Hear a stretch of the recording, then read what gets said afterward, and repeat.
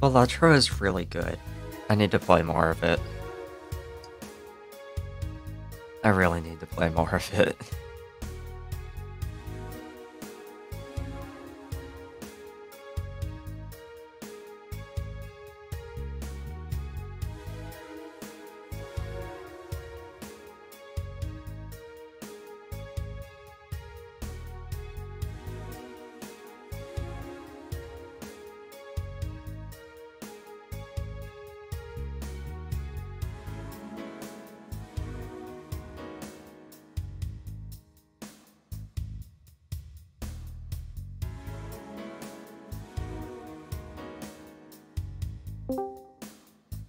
Hi, Callista. Ah, hi.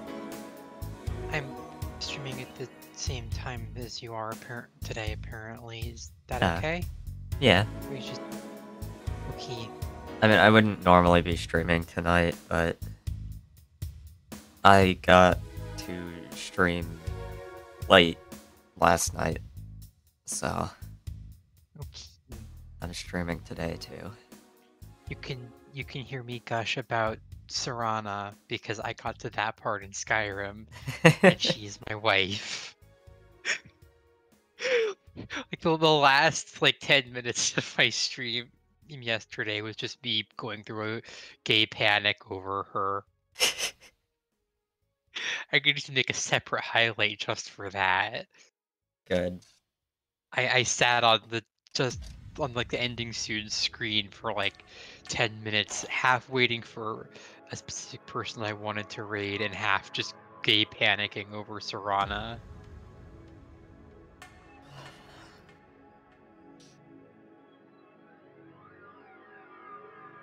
Holy shit. Okay. Fall live in 20 seconds. How have you been doing? I had to wake up at 10 a.m. today. Oh god. I hate having to wake up early. Yeah. I mean, realistically, that's not that early, but I usually wake up at, 5 p.m. So... Full live in 3, 2, 1. Hello, everyone, and welcome to the Astral Pathways. I am your host, Callista Dragonsoul, Warlock of the Source Engine. Joining me here tonight is Riza Vichulina. Riza, would you like to say hello? I was actually about to get up. Okay. Hi, Callista Stream. Hi. And goodbye for the moment. Okay. Hello, everyone. Welcome in. Thank you for the tier 1 sub for 3 months, Rusty. Thank you. And I hope that you all enjoy yourselves tonight, because we are jumping back into more Skyrim. Because the brainworms just don't stop. And also, we found my wife. And I love my wife. And I kind of just need my wife right now.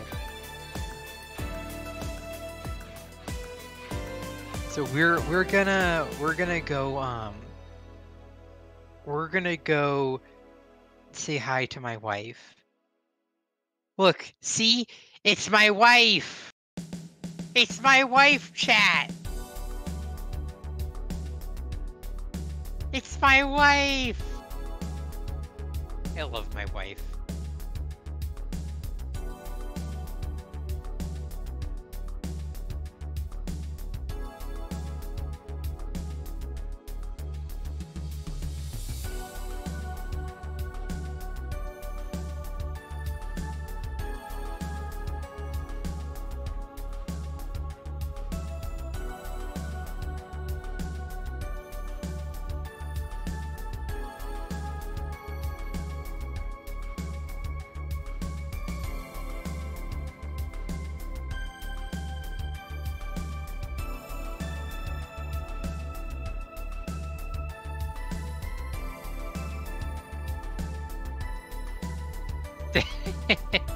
Welcome in, J-Bomb.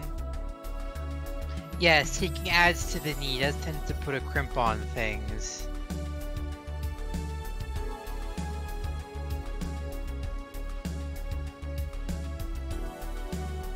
Aww.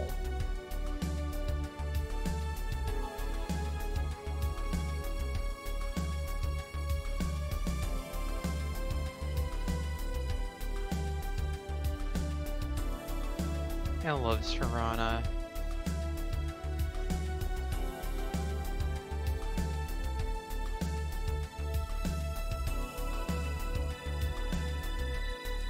It's more than just incredible. Skyrim was like a fundamental part of my childhood, such as it was, and I love it so much. Necromantic healing. Ah.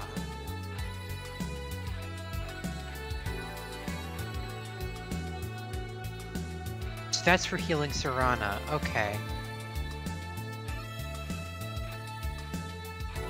Oh, hey, that's the last flawless sapphire I needed for Madesi. Yes, but it also came out in. Oh, hey Rita, welcome back. Hi. Hi. I have my wife. Oh. Fuck. Sorry, I got startled by a fight.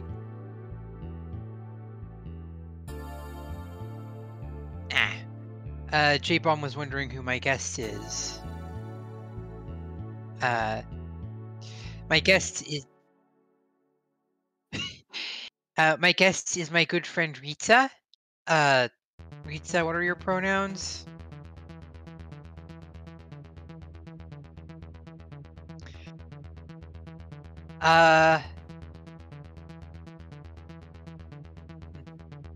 Fuck. Okay, we'll go with good and question then. Here, actually, I should probably, Discord, I am going to screen share OBS so you can see what's going on my side of things. And I'm going to add you as a co-star. I just realized I was muted on stream, but Discord was not. I'm so good at this. I've been streaming for like 3 years now. I'm so good at this. Go.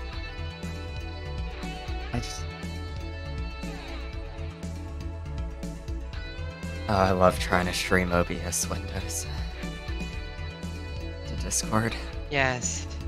Trying to stream OBS windows to Discord, my beloved. Trying to stream fucking anything to Discord. Yeah, honestly. Discord is such amazing software, I fucking hate it. Yeah, ack. It works so well all the time. Except when it doesn't. Oh god. Oh, that's a lot of damage. Draugr Deathlord hit me like twice and I died.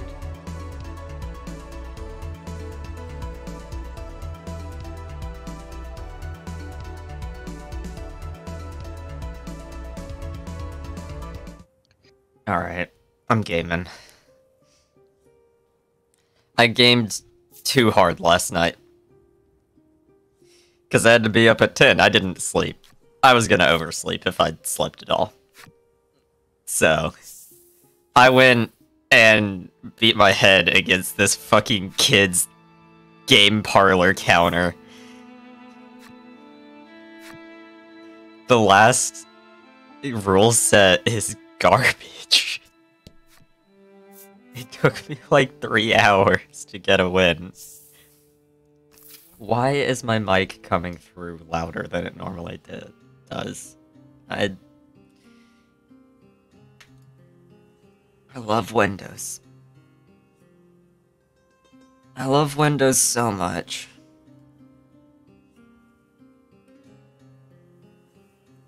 What the fuck? Oh, hey, another ebony sword.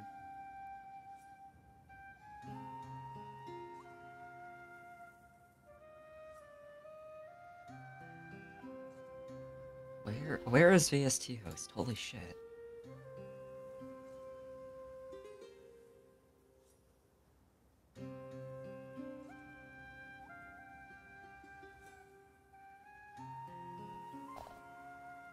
And that's the first word of the Drain Vitality shout. A? Ayo? It's a shout. Oh. I was gonna make a joke about I'm concubus. What's the joke? Let me drain your vital. No, I mean... I mean, I won't stop you if you want to try. I can't guarantee you'll succeed, though. I mean...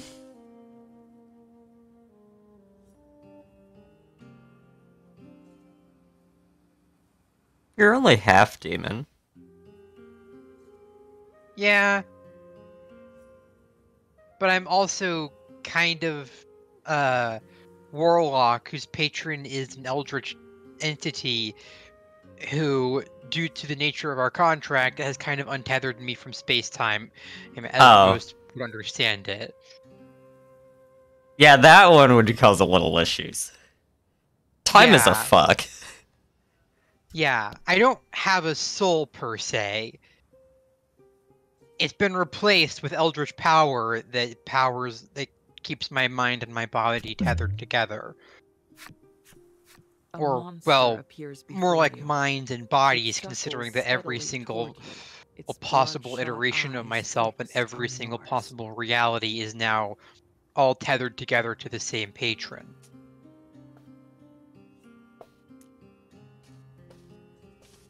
Perks of, you know... Time is being an bullshit. It is. Oh, hi, Dragon. I can't wait to have to take Intro to Modern Physics. And the class opening with special relativity.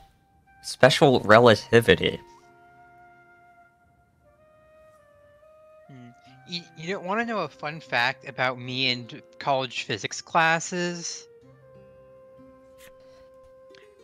When I was 14, I audited an Intro to Physics class at a college that was near me. My sister was going to. And I came out as the second highest scoring person in the class, even though I was not technically a student. And I don't know if that means I'm not sure if that means I am very skilled, or if it means that my classmates were all shit. In my case, I'm just fucking terrible at physics. Understandable.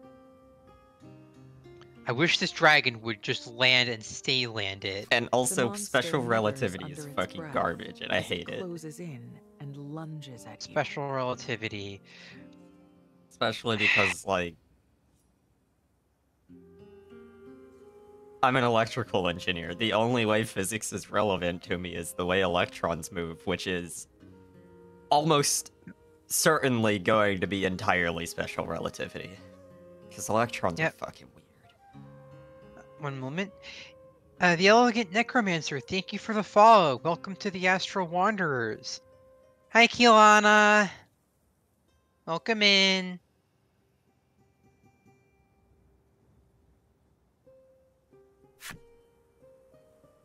Sorry, I got a new follower. No, you're fine.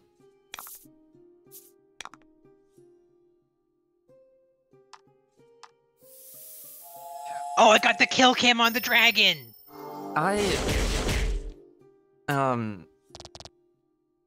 Voice of Cards has, like, random events that happen when you're just wandering around on the overworld. It's not just random encounters. Other shit happens. This random event was a random encounter. The event was just you get attacked. Why? Why not just have it be? A masterful victory. I think the thing is supposed to be that it's, like, the enemy is one that doesn't normally appear in this area. But... The great Tsar, our leader. Oh, okay, no, it was monster part of hisses a with thing its I last picked up breath. earlier. You Friendly remove the encountering a tarnished monkey. bangle from your pack. From everything you've heard, the Tsar is a frightening. Oh, I was gonna mention powerful earlier while we monster. were talking about, Were it to be revived. draining vitality. I was probably gonna have it be that, like, in my lore, succubi and incubi and stuff don't actually feed off of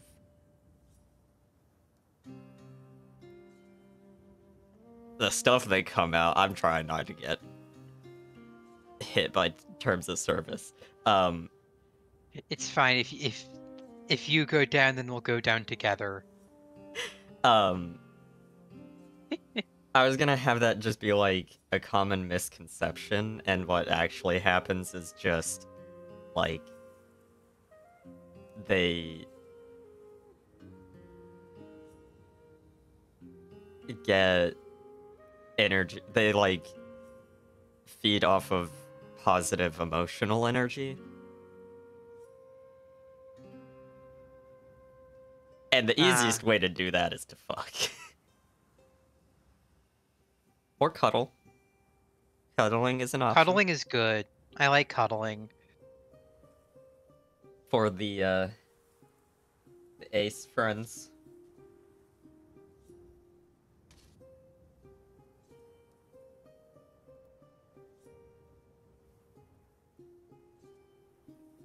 Hi, Rogue. Hi, Rogue. Ace friends. Rogue. I think Rogue is simultaneously in both of our chats. They are. Yeah. Oh. You are Ace, right, Rogue?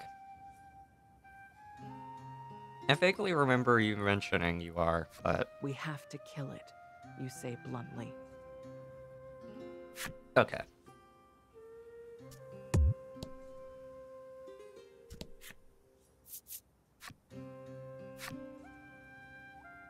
I would try to also stream you my OBS window, but Here. my... What I can do, open up my phone, open up Twitch, My, mute my phone's volume. laptop would not like that. Alright, I got new card backs. I like these. Where are you? I like the other ones too, but the other ones were very brown and they were very 2000s piss filter color, and like the game is set in the desert, so a lot of it is 2000s video game piss filter color. So Yeah, that'll do it. so having any other color is kind of nice with these card backs. Yep, and I've now got your stream open on my phone right in front of me. So now I can watch your stream while you stream. Stop telling me to update the mobile app. Twitch. Twitch mobile app go fuck itself challenge. Impossible, not clickbait. At least it's not Tumblr's. Tumblr will just refuse to let it go away. The notification that you need to update. The in-app notification. Yeah. It just doesn't. Yeah. But also, the Tumblr CEO seems to really like Elon Musk's method of running a social platform. He's Which also, like, really transphobic, apparently. Yeah. By which, I mean, just being a piece of shit and running the platform into the ground. Yeah. I'm just like, man, social media CEOs be halfway decent people challenge. Impossible, not clickbait. They wouldn't be running social media websites. That's a good point. Like,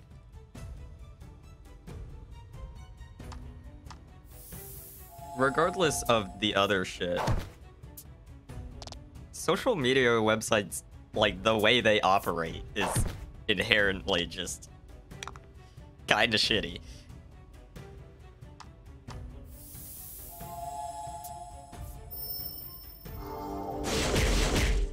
Yeah. People wielding pickaxes. Goddamn.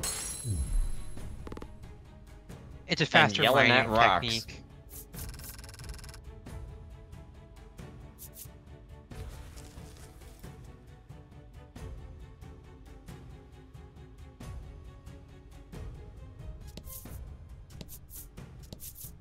Does yelling at the rocks make you mine them harder?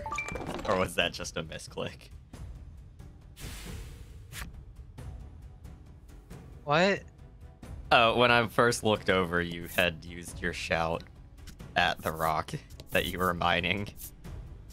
Oh, no. The shout that I'm using is Elemental Fury, which buffs my attack speed. Oh, okay.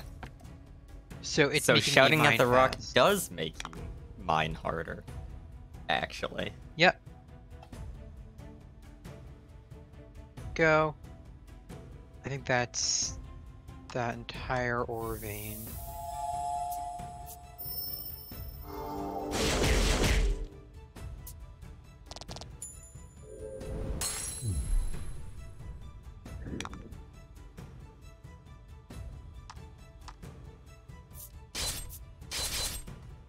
Yeah. Also, I do. That is a Daedric helmet that I'm wearing. I got it. I am at level 31. I got it out of a chest. I was fucking ecstatic.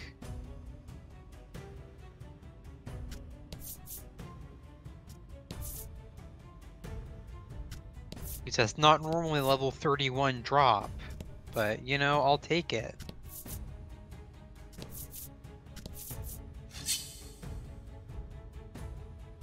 My mic didn't. Free helmet is free helmet.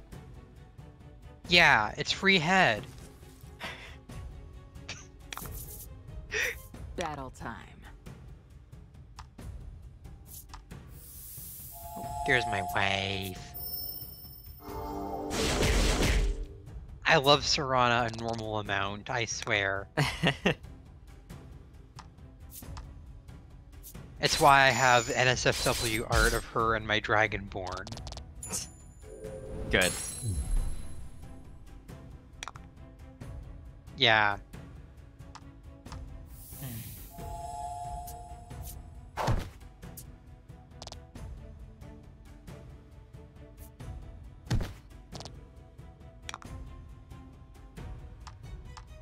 I was gonna make a joke about I love beating up weird little mushroom men, but then I remembered my favorite game is Dark Souls 1. That is entirely understandable. Swamp fungal pods. I do actually really love the weird little mushroom men in Dark Souls 1. I mean, they're weird little mushroom men. What's not to love? I love getting laid the fuck out by one hit.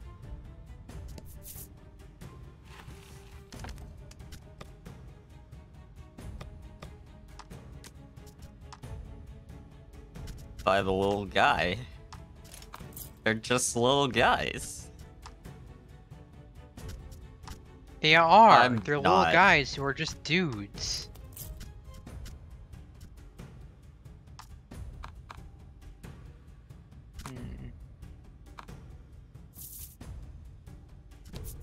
Don't know where Serana is, and I fear I may have left her behind. Hi, Ariel. But also, no, I'm not. Hi, Ariel. Ack. Ah. Adjusting my seat. Always so painful.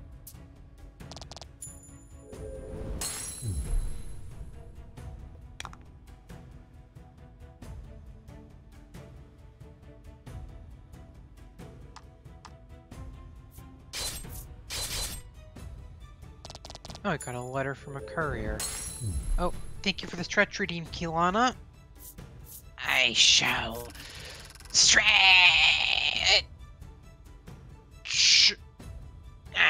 And thank you for the hydrate, Rita. Ack. And sip. Oh, I thought the second act was about drinking water. No, it was me sitting back down. The water hurts. Yeah, it's actually acid. Oh. Damn. That's Why it. would you do that to Yeah. yourself? To level up my acid resistance. I level up my bullet resistance by letting myself get shot by smaller calibers. In smaller dosages. Exactly. Someone did actually try that. I believe this was something we talked about previously. Oh, I'm sure we did. That thread was fucking stupid. Reading It through was. that It was so thread was fucking stupid. Wait a minute, Here, since Polka you says gave suddenly. me a care package. I have not played Final Fantasy II, Rogue. I've not actually played really any Final Fantasy aside from... I've played 7 Remake, and 14. And I've barely touched a little bit of 8. And I'm probably not playing the rest of the 7 Remake series. He begins tapping on the wall in several places. Unless they Listening give me an intently option as to he make does enemies so. not take so fucking long to die.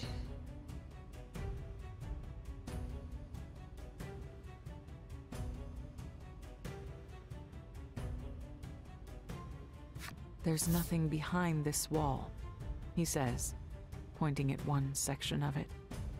Not one to wait for permission. Legol strikes the section of wall with all his might. Oh, okay.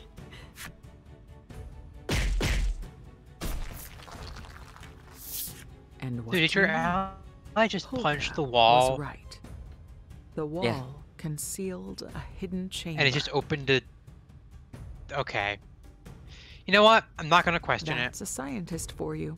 it. I know what Polka happens when you question boasts, that sort of puffing thing, out his and chest. I don't. Science is awesome, you reply, jaw slack with wonder. Guy's a fucking nerd.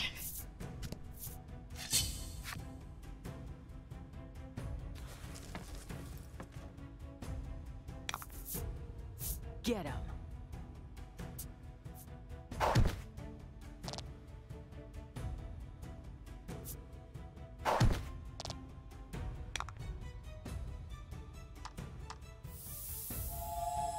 Oh hey, Greater Ward. You need to learn that stuff.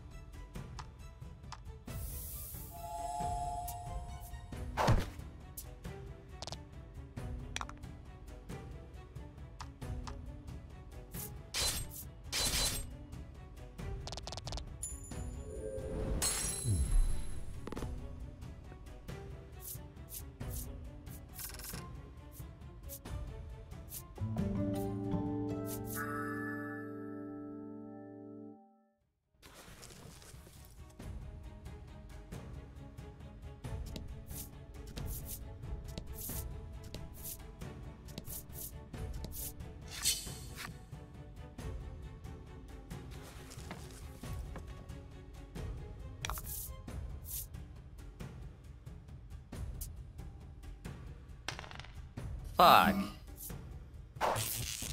Stop that. I know how... I know how paralysis works.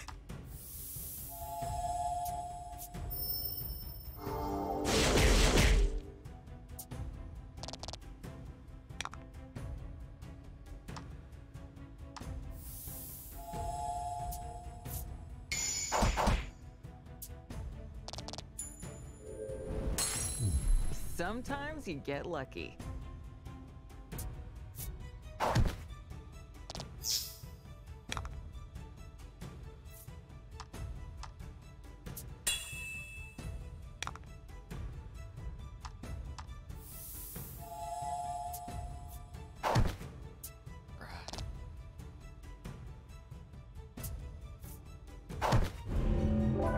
A whole 2 HP recovered.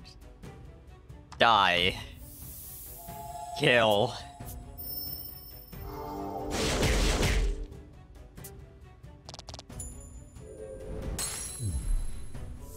A masterful victory.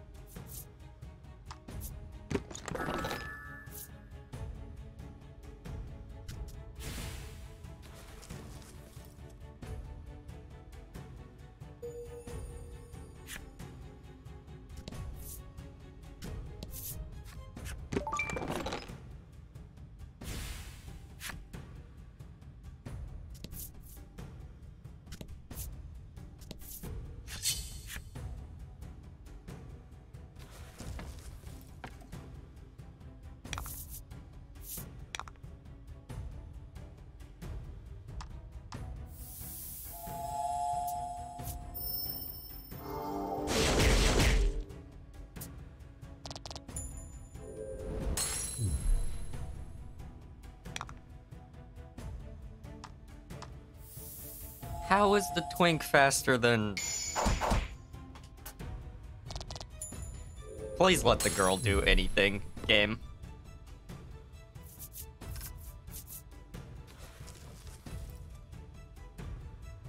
No, the game has decided to be sexist.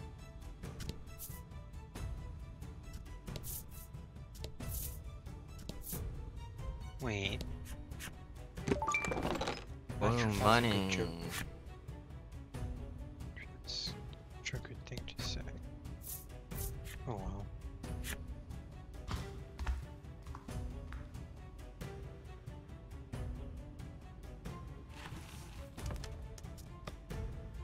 Oh, the twink is the same speed now.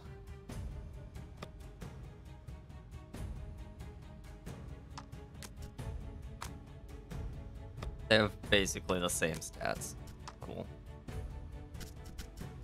Just one of them has higher defense and the other has higher HP. And the girl only has higher defense because she has an accessory for it. Sick.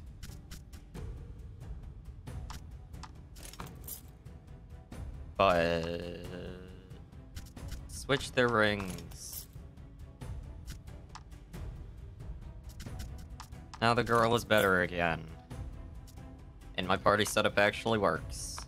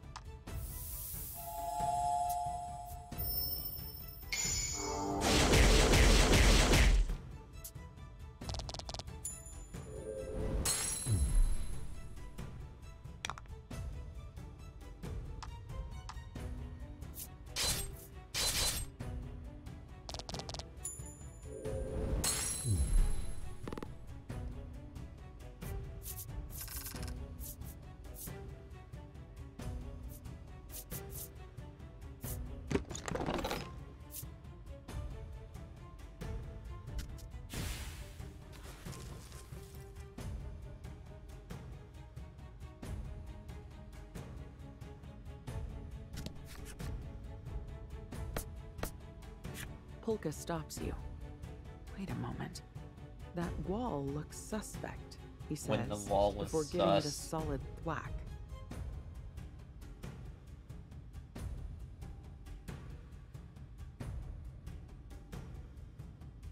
Legol The shakes walls. his head. They're You should sus. just break it down. He hits it with all his might. And with that, the wall crumbles, revealing to your I saw the walls surprise, vent in a electrical. hidden passage.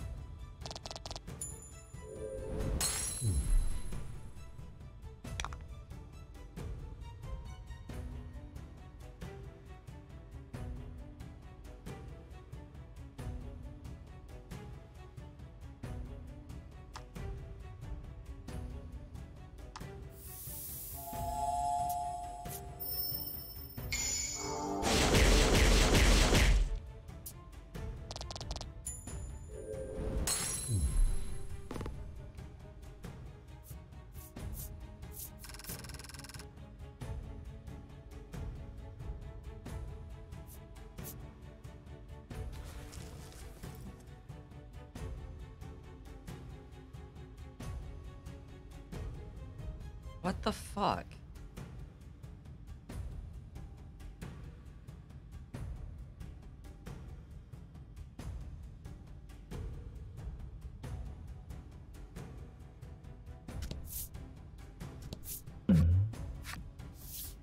You come across a weathered stone monument. The letters S-A-A-R are written on it. And there's a hollow where something clearly used to rest. The area around the stone monument is littered with what appear to be monster bones. The whole thing feels ominous beyond words, but you dig around in your pack for something that might fit the monument's hollow.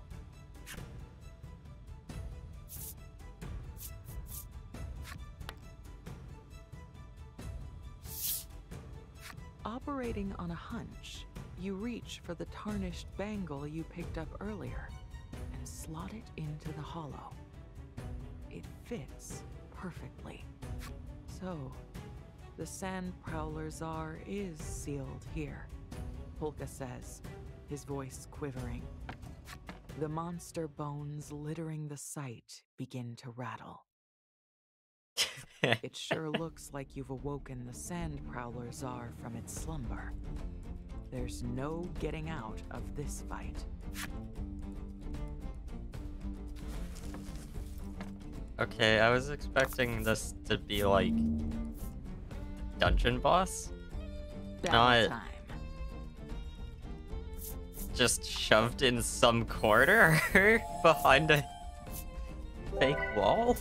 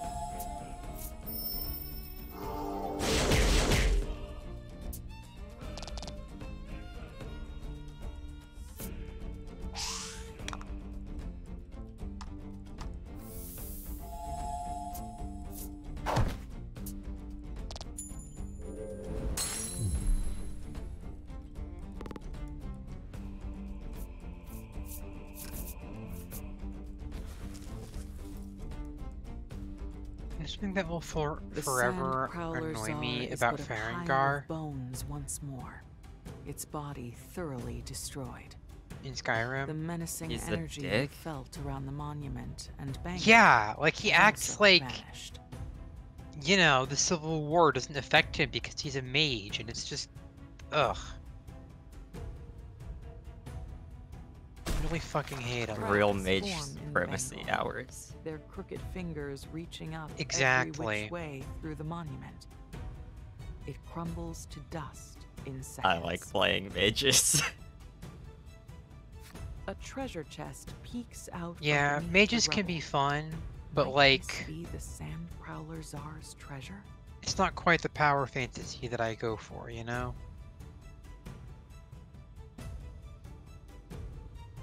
It's been a while since I've played Skyrim. I remember Magic also You just fling being the kind of chest open with boring. glee and find an exquisite And- Yeah, they accessory could do so within. much more with it. not worth the trouble.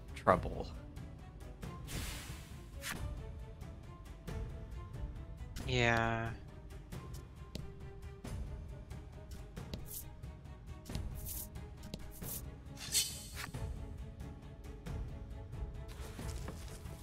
Why bother with...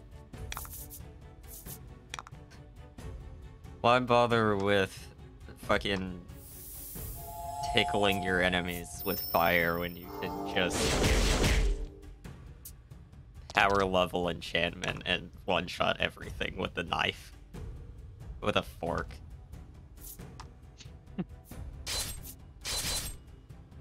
Exactly.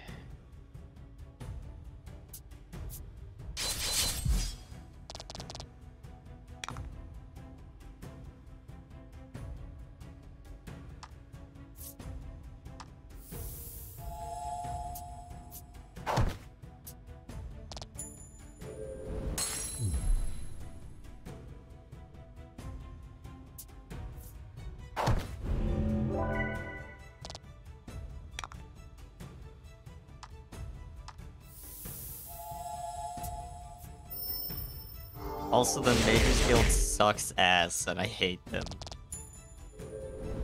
I mean, Winterhold? Yeah, it's... The quests are Hi, just... Tish. And yes, Ugh. I didn't mean to cut you off, Tish. sorry. It's fine. Literally anything else would have been better from this chest. The loot system in this fucking game. One moment, I think I may need to change my stream title. You Two. attempt to open Because- the chest. It looks like because they I were just using this realized chest as that bait. My stream title They is waste Attention no Wanderers, time I in present to you surrounding you. my wife! in My Princess Serana, wife. but then it's with Ritza Vitulina because you're co-starring. So that's a bit misleading because I don't want people to think I'm referring to you. Fair.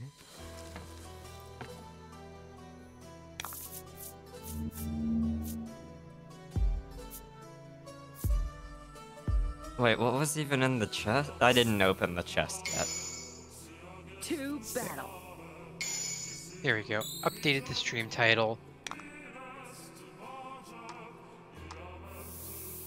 So now, hopefully, people won't get misled.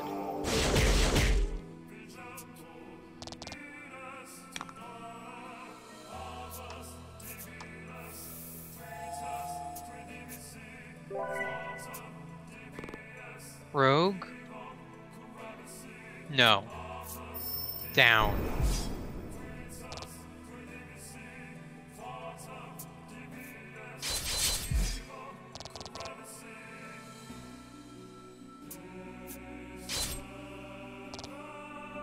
Okay, these guys kinda hurt.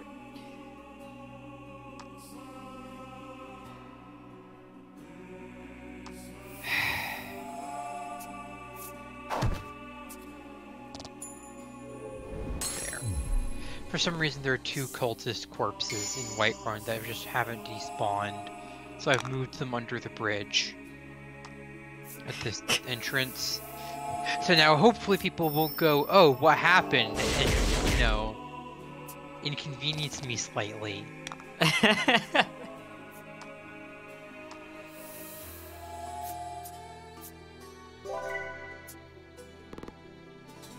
Into the ditch they go. Precisely. Naughty NPC corpses that don't despawn get put in the ditch where they won't bother people.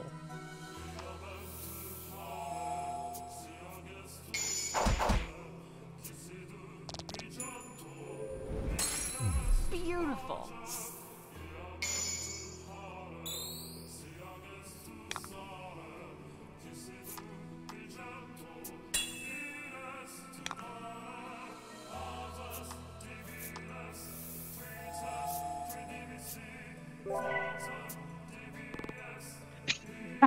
The cold waterboarding will improve until morale continue until morale improves.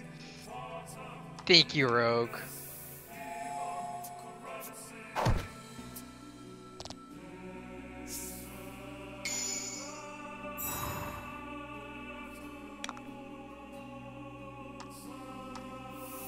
I had something I was gonna say about that, and then I forgot immediately.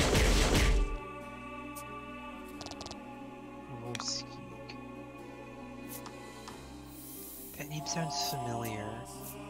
I think it's a dungeon I've been to quite a lot before.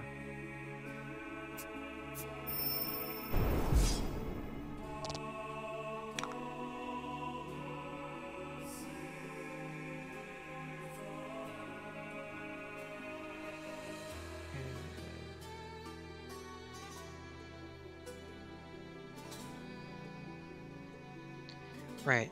I was gonna talk to the merchants in Solitude, because there's stuff I want to sell.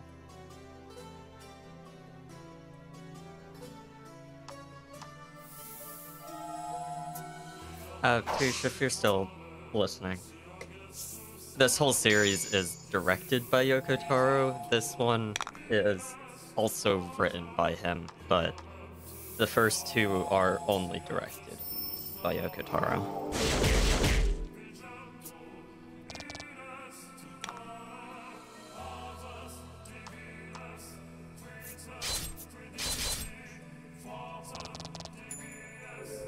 I have some surprises for stream related to Yoko Taro when I get a chance to make that, to work out some stuff.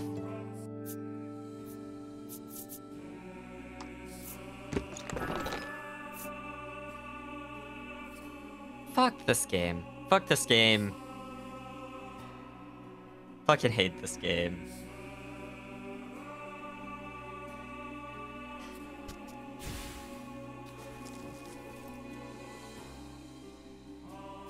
This skill system makes me want to cry. All the same, Polka picks it up and tucks it away, a pleased look on his face. One never knows when a key could come in handy. Let's take it, just in case.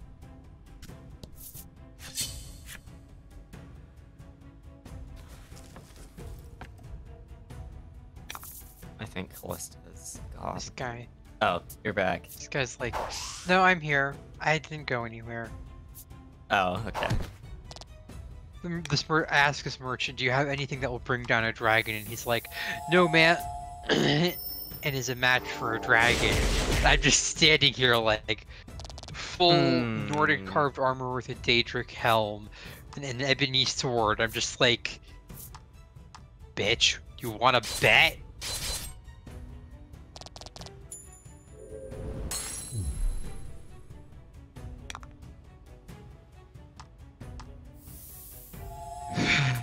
Okay.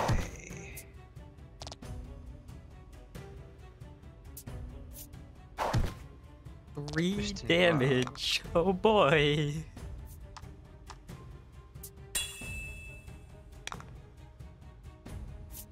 So threatening. Wow, Arjun, I can't believe you'd throw your money away like that.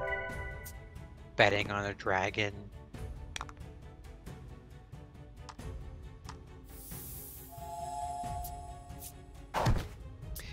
Besides, that's only if the dragon fails to resist my seduction check.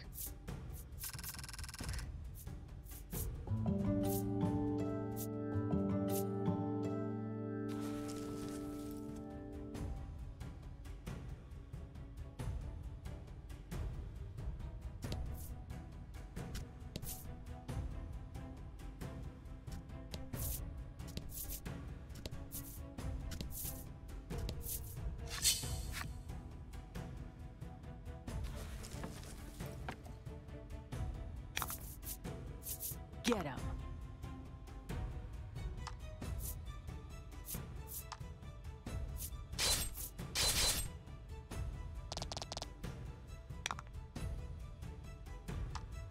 One HP.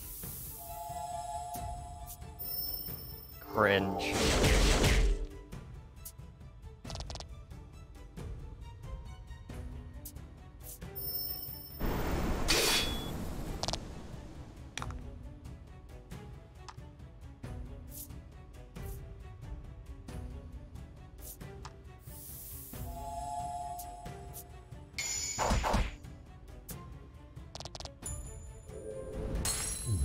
Oh!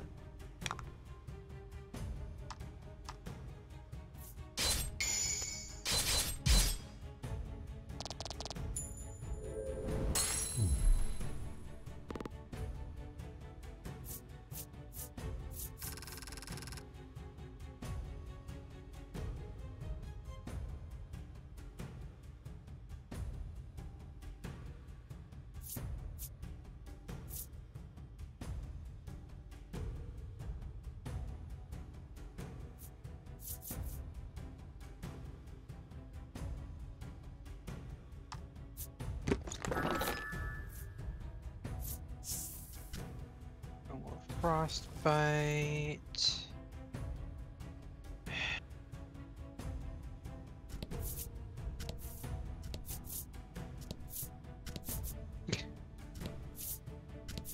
I love Serana. Sassy vampire wife.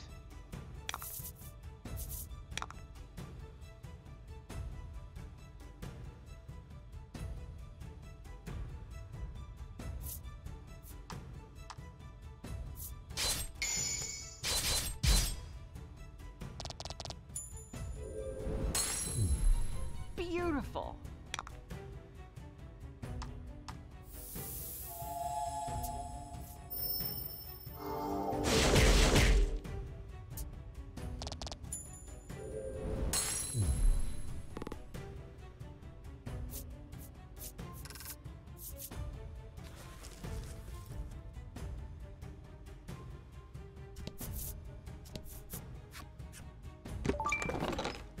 Oh.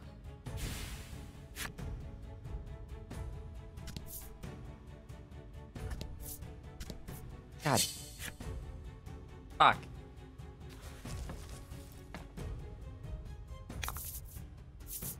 Okay. Please. Please give me your skill this time. Dryad.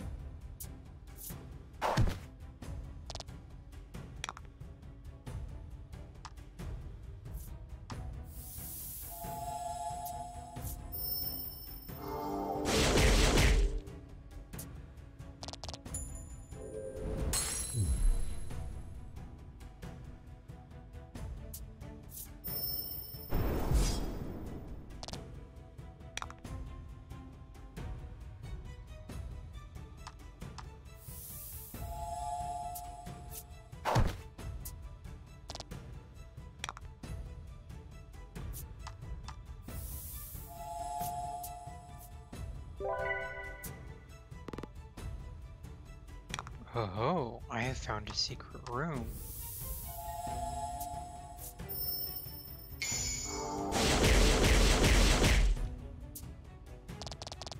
With jack shit in it. Let's go! Nothing I left. love that. Yeah, you find a secret room and there's like 2 gold and a shitty potion in it. Like, damn. Way to reward my effort.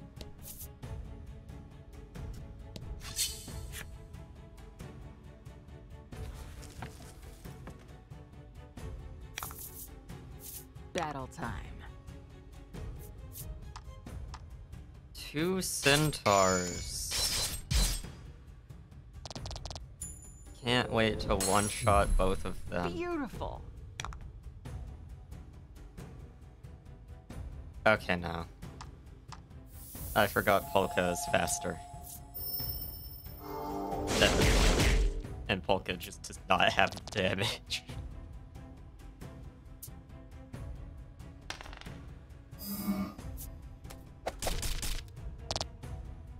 A whole 1 damage to every enemy with a 50% chance of doing nothing at all. Amazing skill, that. It sounds fantastic, she said, sarcasm oozing from her words.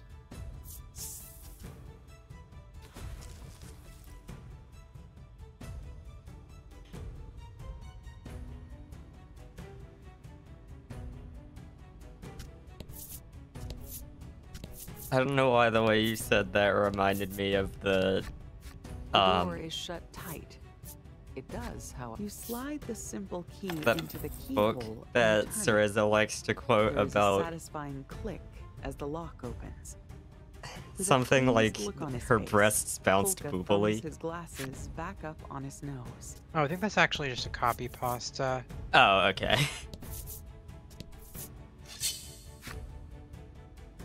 I don't know. I don't...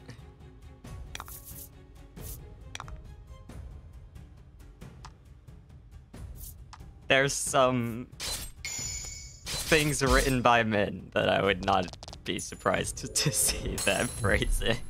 Oh!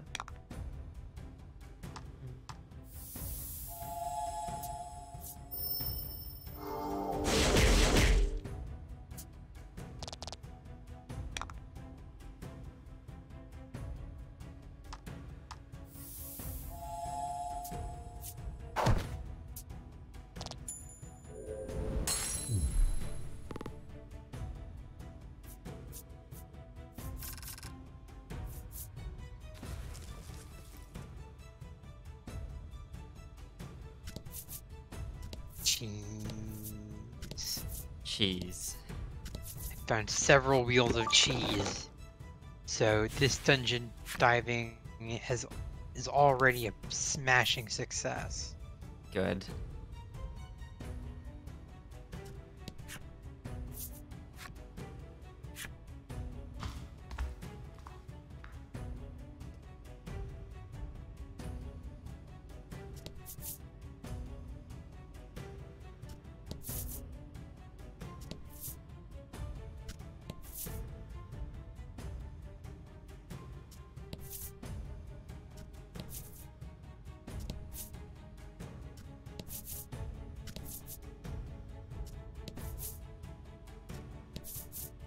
You swear you see something move in the darkness.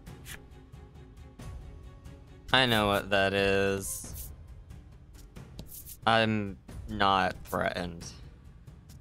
I don't feel threatened by this.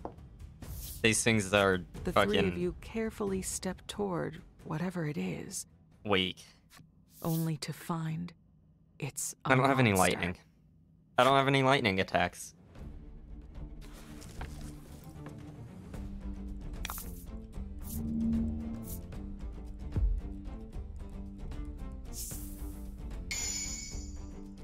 Battle time.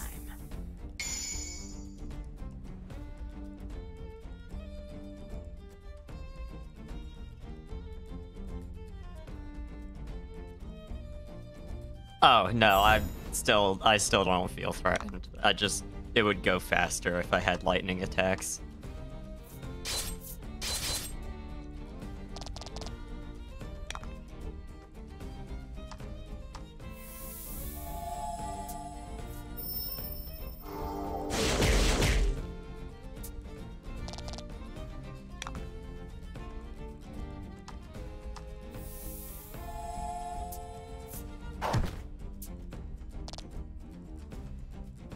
Well, I did a third of its health in one round. I'll probably be fine.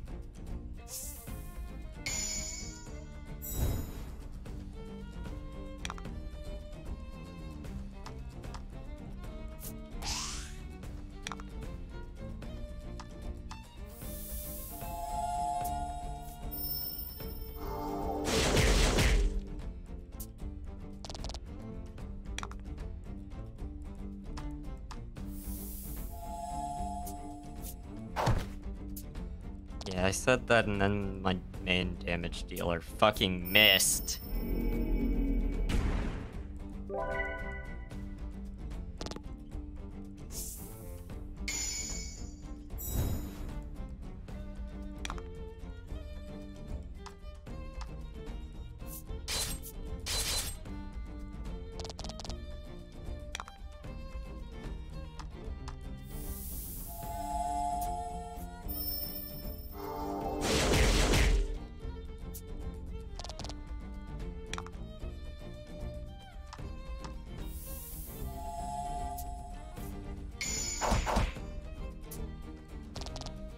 Four HP.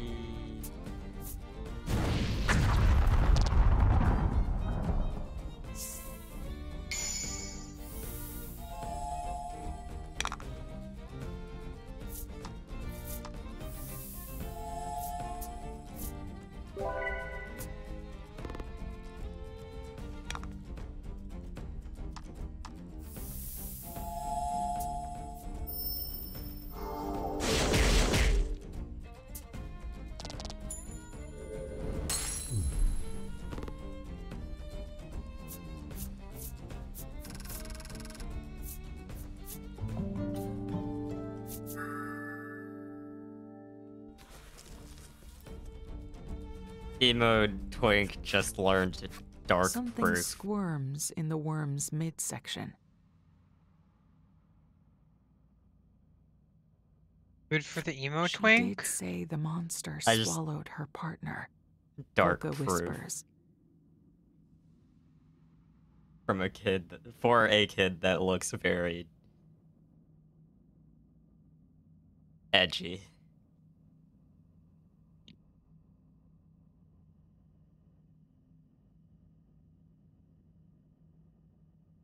Not wanting to injure the very much alive entity inside, you carefully I'm gonna begin quickly slicing into tap the worm's out. stomach.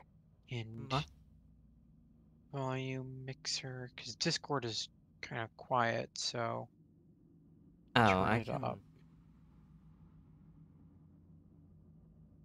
Well, I was gonna say I could increase my volume, but I think it's already maxed out.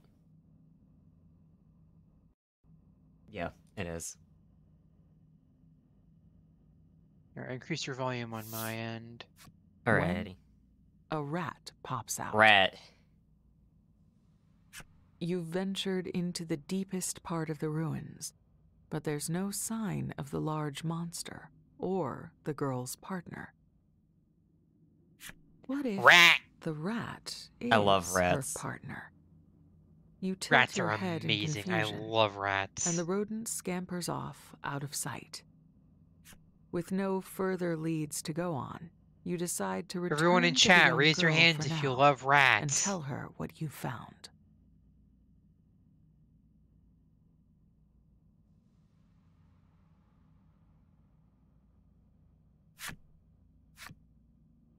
Choose get me out now. You all resolve to leave the sand ruins immediately. Thank you, You Riza emerge from and the Rogue. ruins in time to see the beast tamer was the wrong leaping shout. up and down.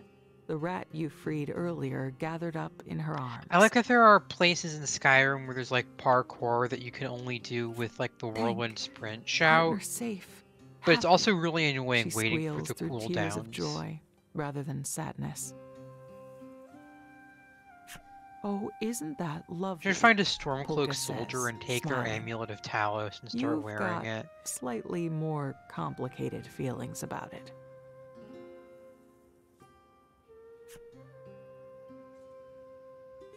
The monster is just a rat with a horn. It's adorable. Chill the fuck out, lady. The girl announces that she's off to rejoin the rest of Such the a main cute troop rat. and trots off with her companion in tow. It's adorable. It's I love a that art. friend.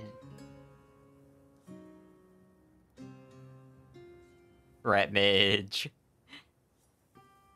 Hi, Thomas. It's real rat hours. Raise your hands if you love rats.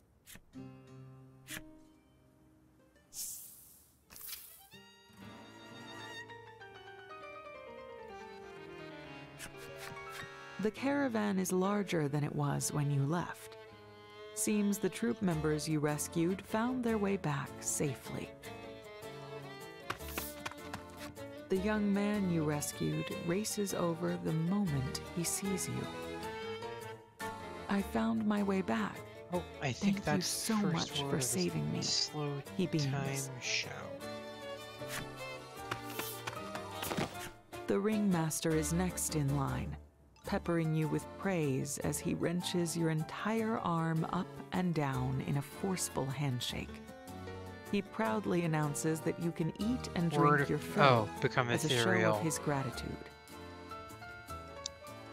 It's so much more And boring. he absolutely insists you see the show. I get why people He's would certain you'll like love become ethereal, because that's just like no Finding damage yourself for looking duration, but forward to like the circus, you decide to invite Legol and Puka to come along, but they're nowhere. It looks Yeah. like they took off on their own. Thinking it would be much more fun to go see the circus together, you decide to look for the pair.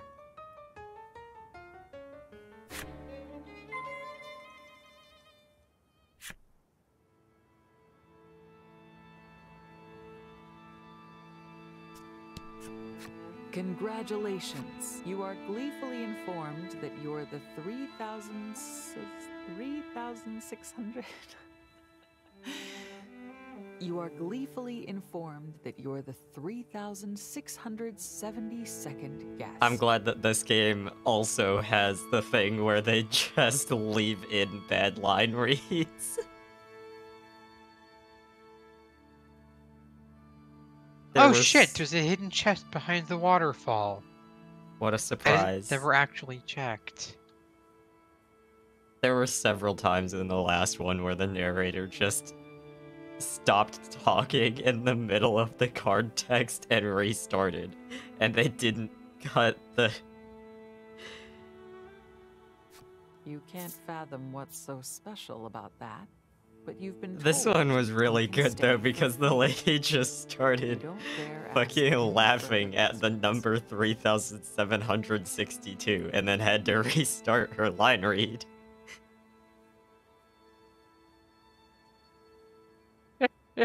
Just number. Funniest shit I ever read. You step out of the inn, feeling rested. Damn, do and ready. you see this number? Funniest shit I've ever read. Funniest shit ever. You find Legol stuffing Just a some funny kind little of word. well-cooked meat into his mouth. Just absolutely Beside him is the hilarious. beast tamer girl. When she notices you, she begins to thank you enthusiastically in Right. crude language. However, your features Right. harden when you see her looking lovingly at her monster partner. Is the number Seeing this, 69 Legol Ariel? asks, "You need something?" No, that's too obvious. 420. You invite Legol to come to the show and step away. Right. Rat. "Hero! Hero!" the beast tamer shouts, clearly meaning to thank you.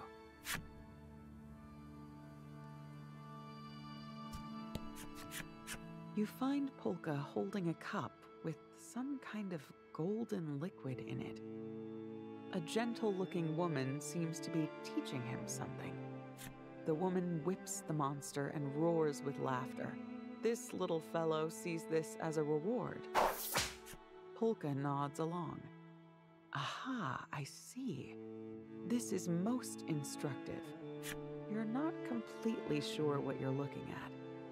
You decide to drag Polka away and take him to the show.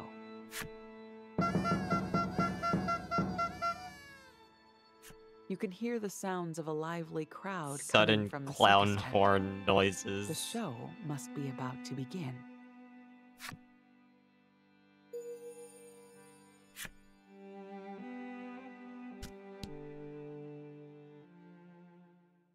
Stepping into the tent is akin to entering another universe.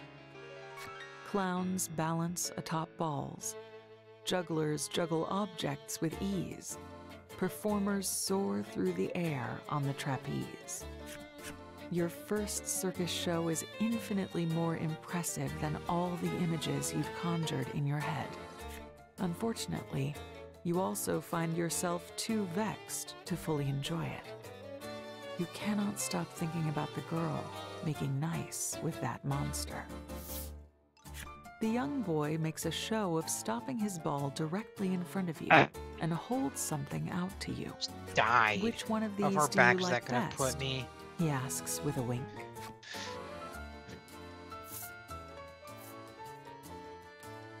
Not too far back. You point at the potion bottle, but the boy simply keeps smiling at you. He makes no It's a effort minor to hand loot it that's over. largely ignorable that I'll miss out on, but I don't really care enough to go for it.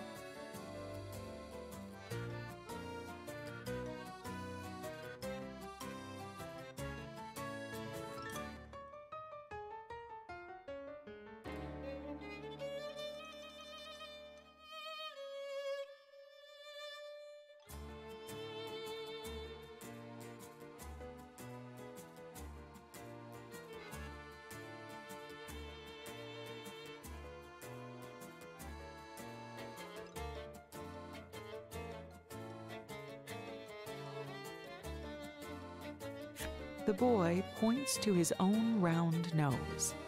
You stare intently at his nose, but nothing happens. He then points to his hand. You look down at your own hands and... What? The curative is already in your hand. The boy sticks out his tongue, playfully mocking you. You cannot help but gaze at the prize that so wondrously found its way into your possession. The Beast Tamer is the next performer to take the stage. It seems she's going to put on some sort of monster show, as you'd expect. Though this time, she's joined not just by the rat, but other foul creatures.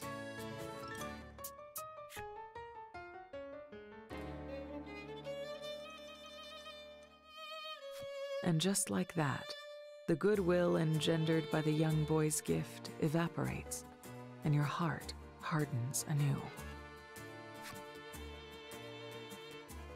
The Beast Tamer, however, has no idea that you harbor such simmering resentment, and begins her show. Or she tries to, but one of the beasts begins raging out of control. "Help!" the ringmaster shouts in a panic. You instinctively grip your weapon and leap out of your seat to confront the monster. Time to fight a wyvern.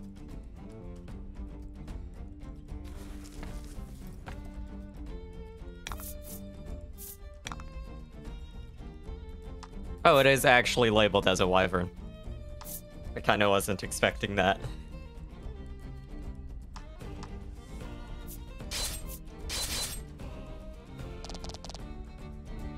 Huh.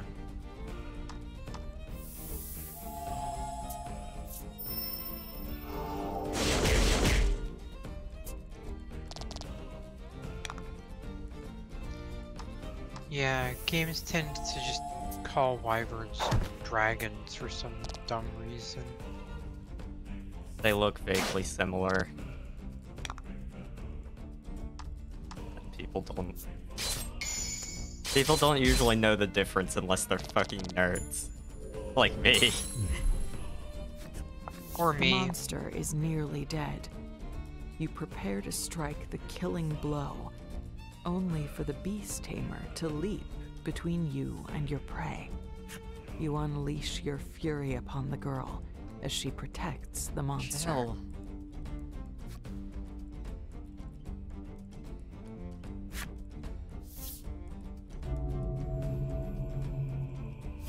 Yeah, but the Polka's difference eyes between them widen is as that she easily parries your attack. dragons pass the Harkness test and wyverns don't.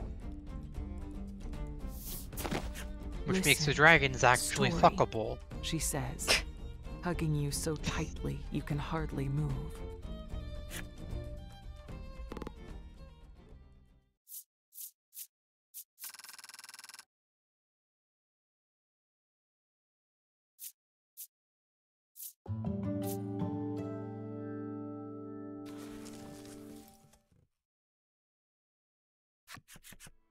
The beast tamer tells you What it was her is fault the beast went this? berserk. She accidentally trod on its Oh, tail for as she love issued of- her command.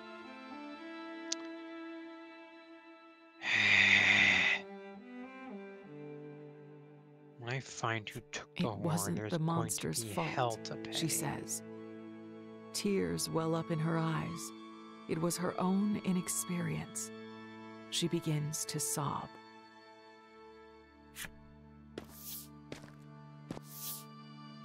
The ringmaster peels her off you and gives you his heartfelt thanks for once again saving the circus.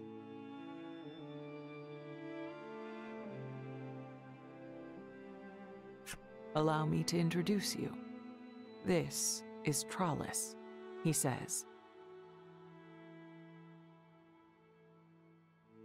He follows up the introduction with yet another unexpected request.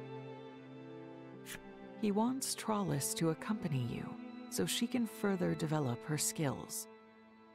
Apparently, the idea came to him as soon as he saw your masterful command of the beast in battle.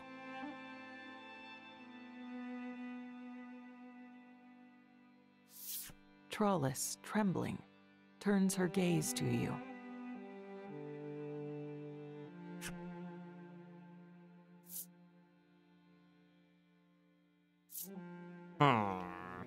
You hesitate. That's a fantastic idea, bellows Polka, agreeing in your stead.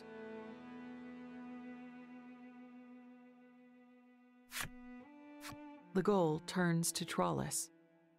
We're all talking around you. Is this what you want? Trollis thinks for a moment. Yes, train, she chirps, nodding emphatically. Told me to slay the Sensing dragon, no way not to lay the push back dragon. against the overwhelming force of Instructions Polka and the unclear. Proceeding ringmaster, to lay the you dragon. agree to take Trollis along. She breathes frantically through her nose. Do best, she says eagerly.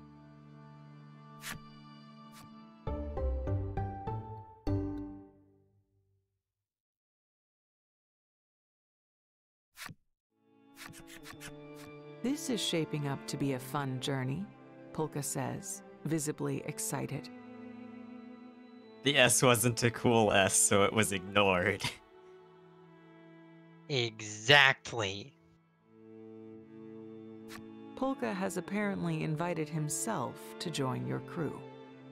Legol starts to say something, but Polka is already so deep into a speech that he loses the will. We must celebrate the start of Trollis's training, the ringmaster shouts. Not a moment later, everything and everyone is in motion.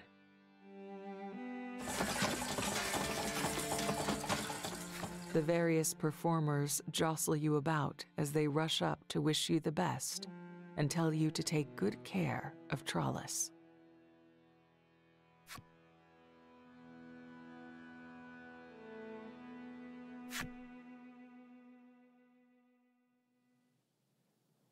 As the dust settles, the performers settle to sleep wherever there happens to be space.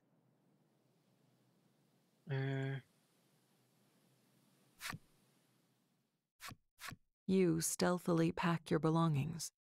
You have to get out of here. This monster-loving circus just rubs you the wrong way.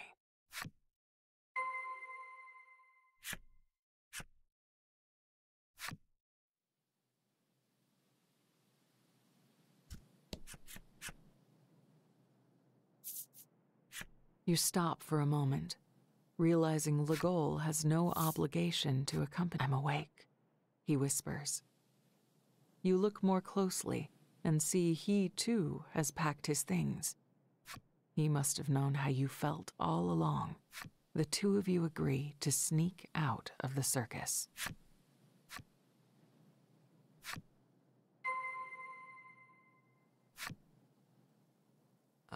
Where armor?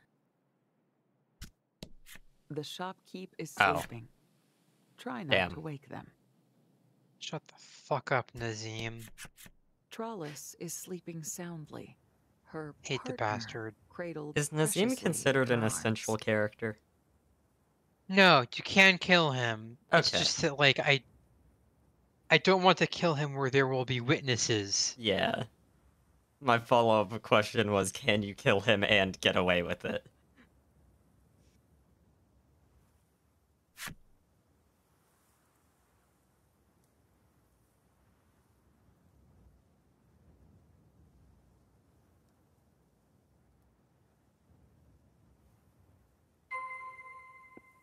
Let's see. Where is You Ayla? approach the exit to find Polka standing there, as though he were waiting for you. This is sure to be awkward. He approaches you. Can I tell you something? He asks, in a far more measured tone than you've ever heard from him. He begins to recount the story of his parents. They too studied monsters.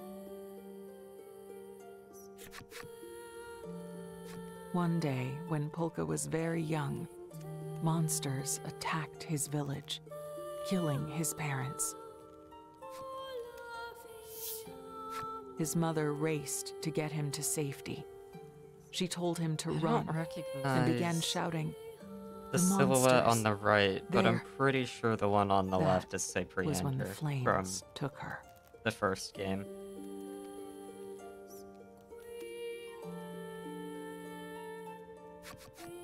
Polka tells you that he began studying monsters in the hopes of one day understanding what she was trying And to say. second game, sort of. I think it's the same person. It uses the card uses the same sprite, but it's a different name, and he doesn't ever confirm.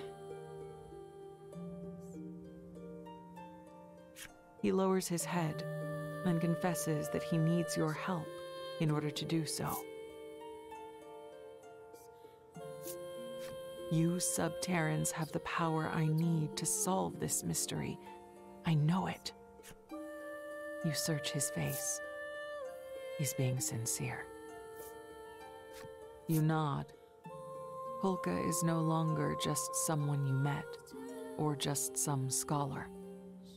He's you, an orphan.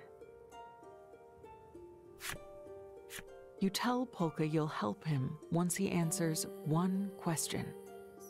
Does he hate monsters? Hatred reduces the mind's capacity for serious inquiry, he notes, his smile exposing gritted teeth. So, he's suppressing his hatred of them beneath a veneer of reason and logic. That'll do. Already leave? Comes another voice. Your chatter must have woken Trollis. Her strength will serve us well. We should bring her with us, Polka adds, sensing your reluctance. Serve well, Trollis parrots, sweeping you off your feet.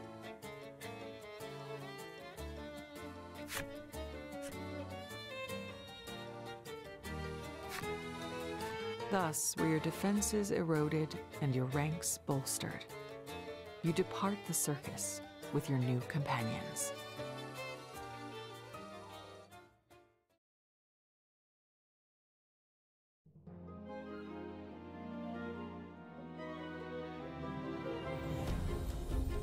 New chapter.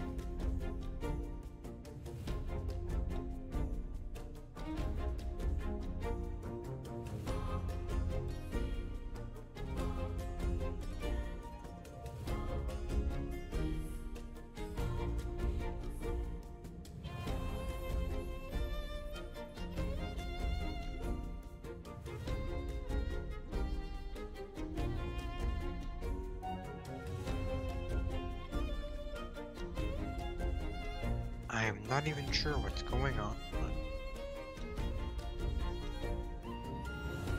The girl with the rat joins the party. I was role-playing for Vicky. Oh, I know. I'm just saying. Ah, Rat friend. Party rat. Rats! Rats! We are the rats! We creep at night, we stalk at night, we are the rats!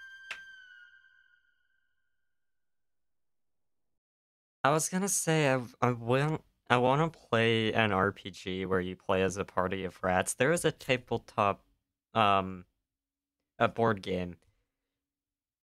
where you play as a party of rats. I need to figure out what that was called. ...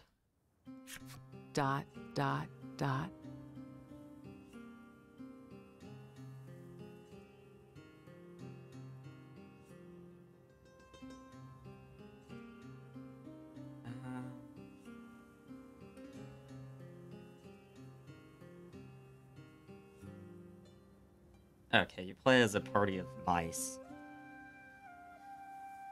Not rats. ... Why is this voice? ...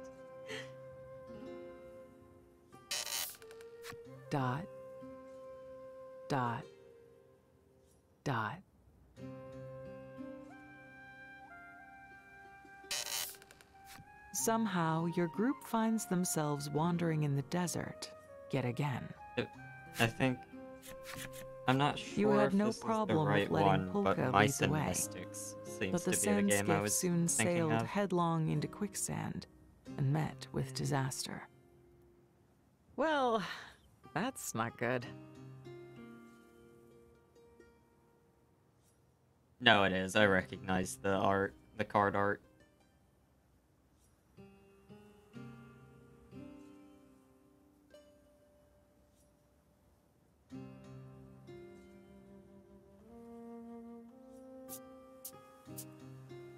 No use crying over spilt milk.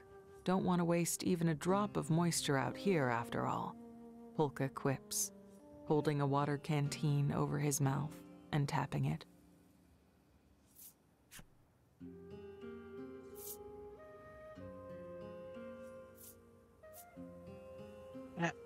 Okay, You Callie, lack the energy thanks for to the lurk. react to Polka's little jest, and remain splayed and unmoving on the deck.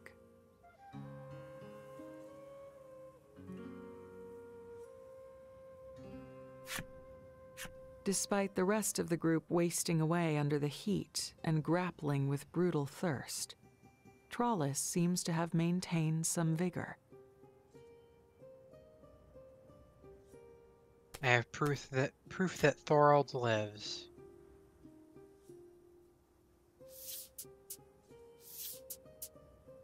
Trollis's nose twitches as she sniffs at the air a Fucking bit. Falmore. She picks up the scent of water to the Going to north assault Northwatch? and heads off in that direction. What scent of water? Water doesn't smell.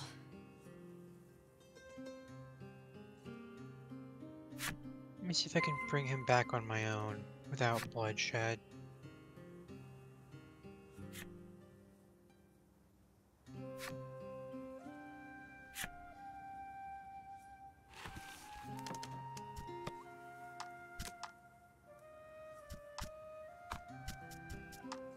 Okay, So now I think I just talked to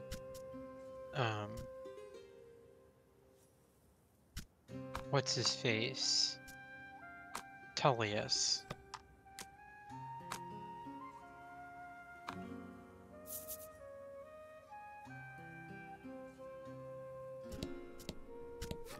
A musty smell wafts from the rocky area beyond. Maybe there could be some water there. No sooner does the thought cross Trollus's mind than a monster attacks from the shadows.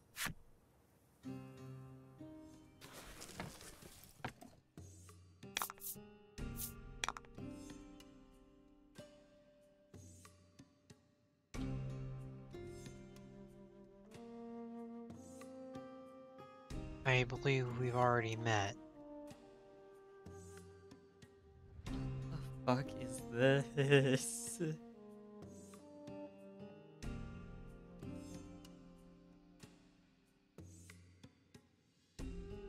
I helped Hadvar escape. He said he'd vouch for me.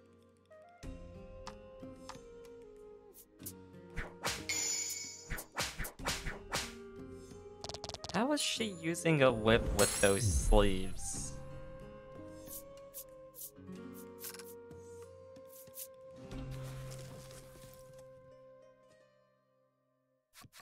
The rush of victory over the monster is short-lived, as there doesn't seem to be any water nearby.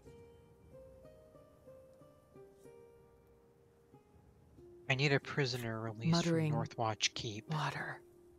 Trollus stares at the defeated creature. The beast does seem to have a great deal of, well, liquid.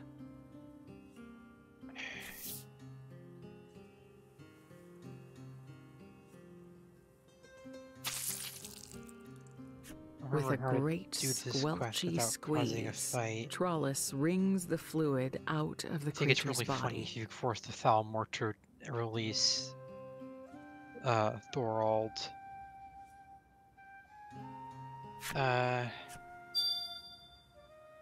Missing in action.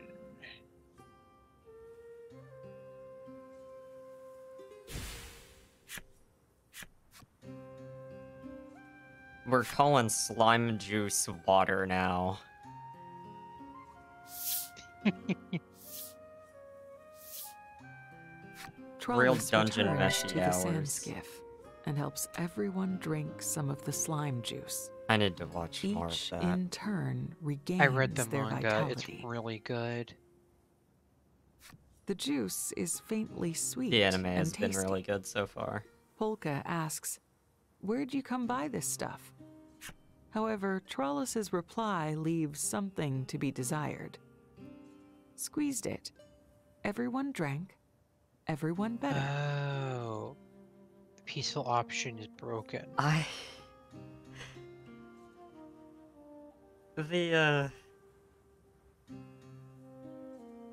love looking at Twitter and randomly seeing a tweet from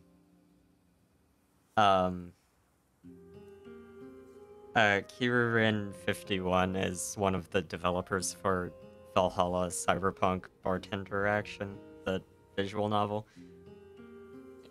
Just 5 minutes ago, there's no PS triple in the Chad Warden video. What does that even mean? What does that even mean?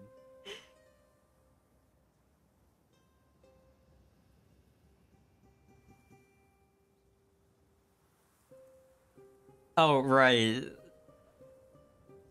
Almost a month ago now, he randomly tweeted, "The Lonely Stoner seems to free his mind at night." And so I started listening to Day and Night again, and then I looked at the feed and saw his tweet immediately prior to that was, "Found a year-old doobie in my drawer," and I think I found the context to that one.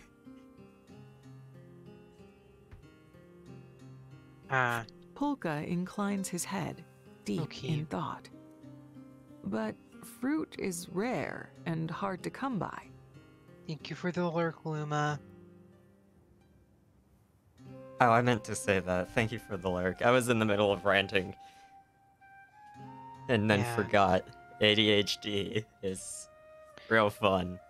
Real ADHD The group hours, decides huh? to have Trawlus lead them to where she located the sweet liquid.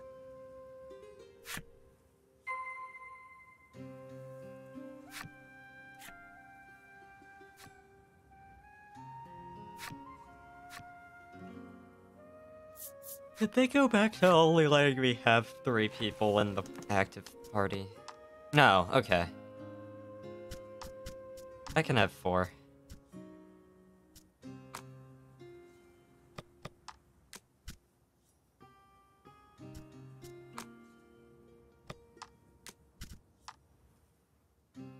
Wait, who has...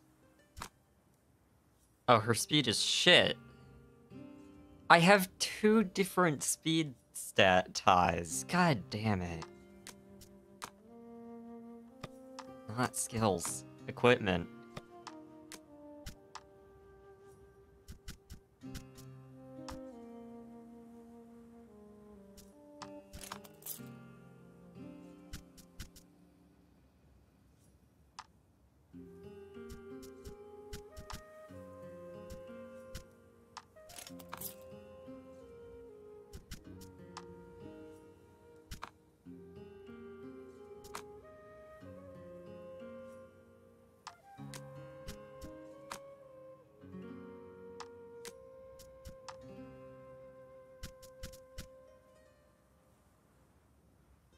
Well...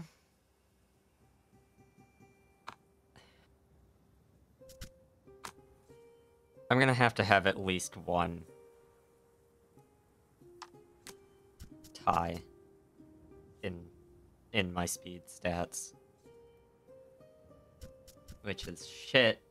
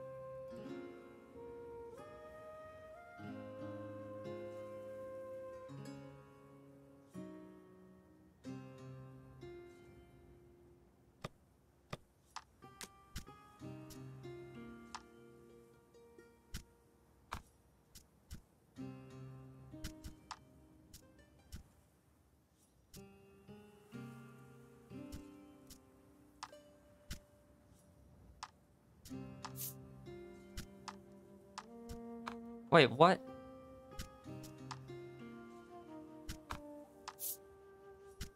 Oh my god. What is it?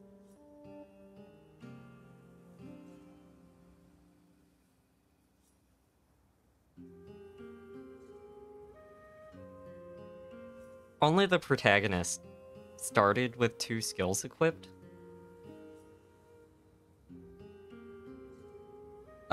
The game said that every character can have up to 5 skills equipped, but in the prior games, you just could not equip more skills than they had by default. You had to swap one out. So I thought, like, maybe it will give me the ability to add more skills at one time to each character. No, they just... You just press down and then select a skill, and it adds it.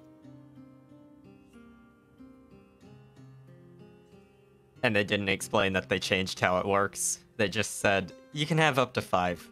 We're not going to tell you how to do that. Like, maybe I should have just realized that. It's not like... The only reason why I didn't guess that is because I've played the other 2 games and it didn't work like that in them. But... That is very rude.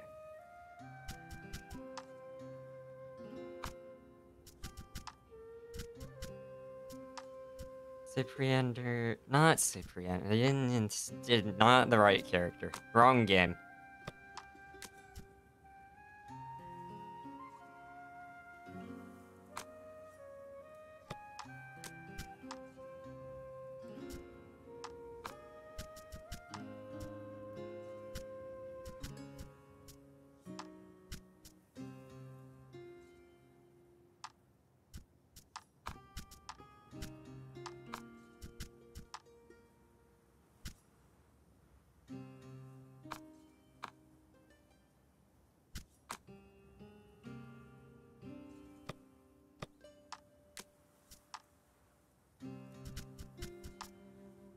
Welcome in, McLeod. You are correct. We do have a guest. We have Rita. Hello. That's me. Are you just trying to attack birds? Yeah. I'm, the hawk beaks are a ingredient in fortify carry weight potions. Oh, okay. I was told that you can use courage to kill them without using ammo, but it doesn't seem to work consistently for some reason. So I'm gonna go back to using my crossbow. Despite the fact that right now crossbow bolts are a limited resource.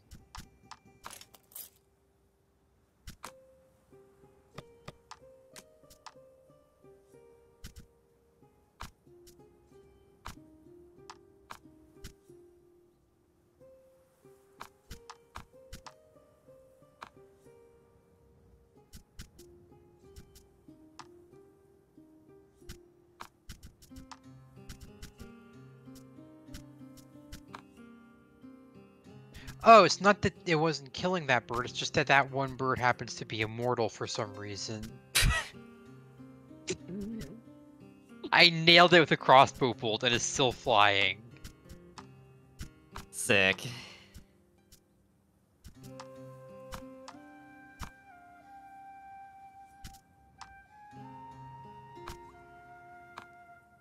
Which of you has... You have the same attack.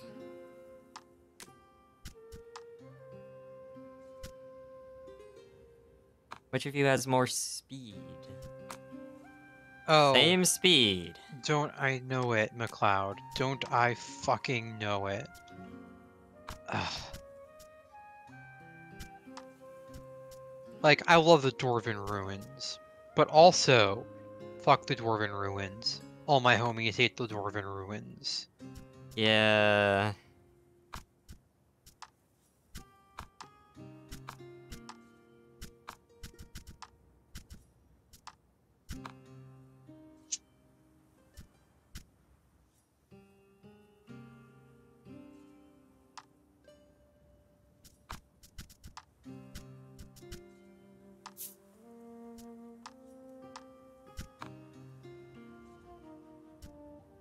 You need me to do, Viarmo?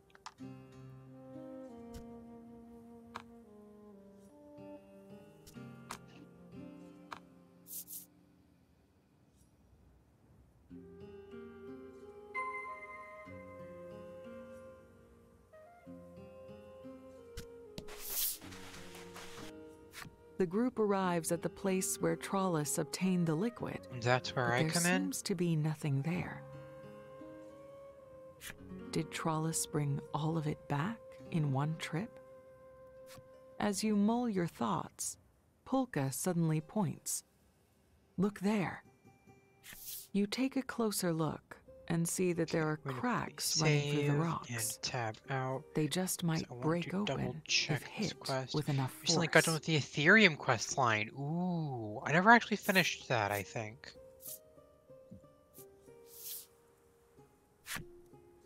Legol grunts in affirmation, and then starts hitting the rocks.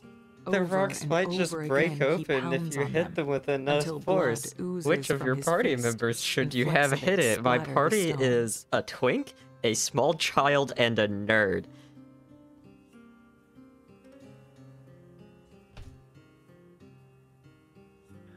Have the twink do it.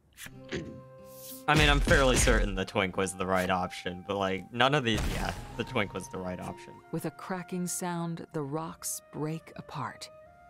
Beyond the rocks, But, like, a barren waste stretches none out of these before people. you. None of these The people party seem like they'd decides be to that good press at on this. through the arid expanse, in hopes of finding a place to rest and eat.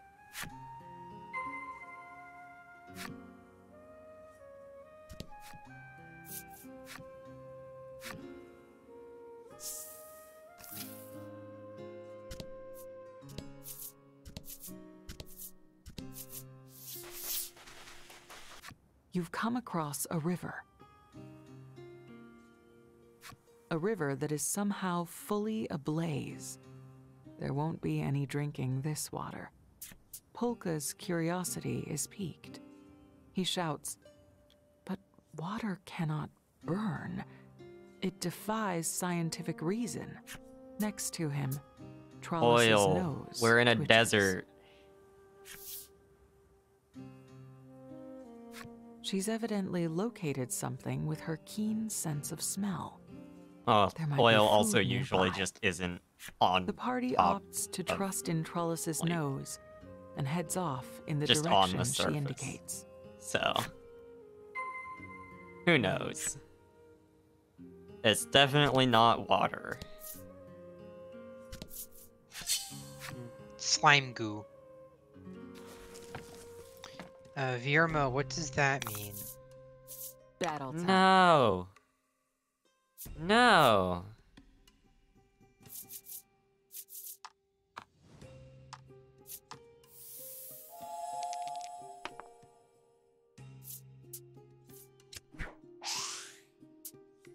I don't want to fight the rat. Rats are friends. Can't we just make up missing parts of the verse?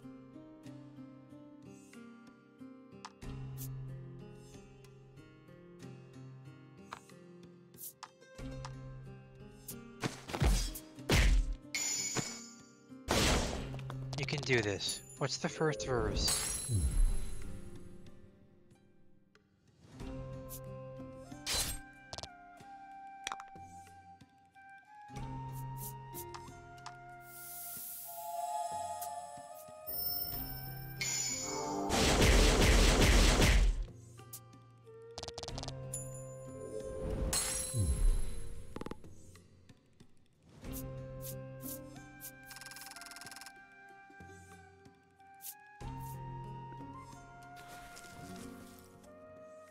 Hi, Serana.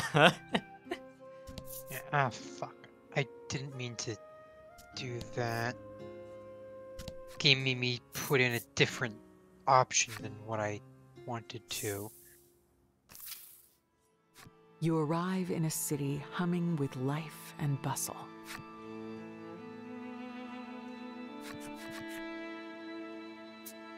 There! Trollus practically falls over with excitement as she whips her hand out to point at the food stall. Olaf was The Numenix, stall a is dragon in stacked high human with form. fresh grilled meats, which are by all accounts the source of the smell she noticed. Okay, what's next? It's not just only at the food stall, but throughout the city that people seem to make a living using fire. Perhaps that is why the place is sweltering. Polka cannot hold back his curiosity. "I must inquire as to this comburant water," he says, zipping away. In fact, he zips off quickly enough that you and the others lose sight of him. Shrugging your shoulders, you decide to head off in search of him. Olaf sacked it in dragon form.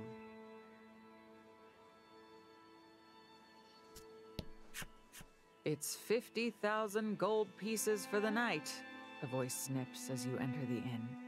Your jaw Wait, drops. fuck, I know what happened. Oh, I'm only kidding. My other business I brings in so much forgot to coin, change a part of I my let people equipment. stay for free, the innkeeper Because- says, laughing Here we go, heartily. Amulet of Dibella. You look around the building, but Me- Polka is we go. nowhere to be found. He probably didn't just decide to stay here, free or not.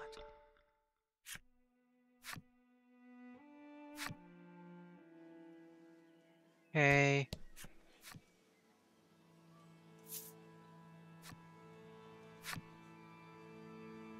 What? Take 3!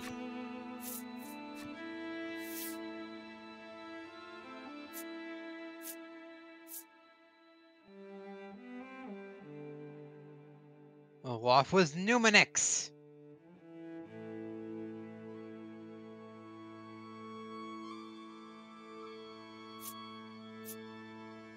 Olaf sacked it in dragon form.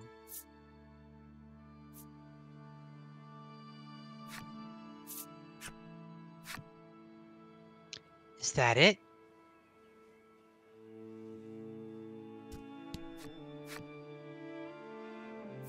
I did not mean to talk to you again. Child. Heat, heat, heat. The child. He who has the heat controls everything. Heat is everything. This I've played city too is much hot Yakuza. enough as it is, but the man radiates fervor, making it all the hotter. You ask the man about Polka, and he replies in an encouraging tone. You'll find him. You will. It is essential that you never give up.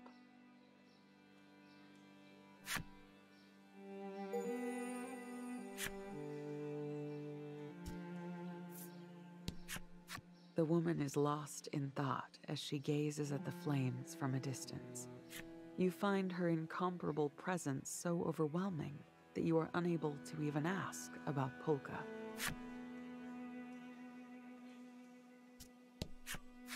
A, and then teleport in Viermo.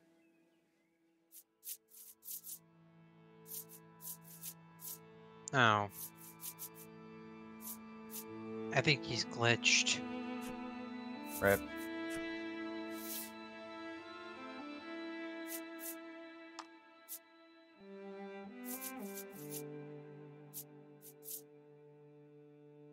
Probably just stuck in place.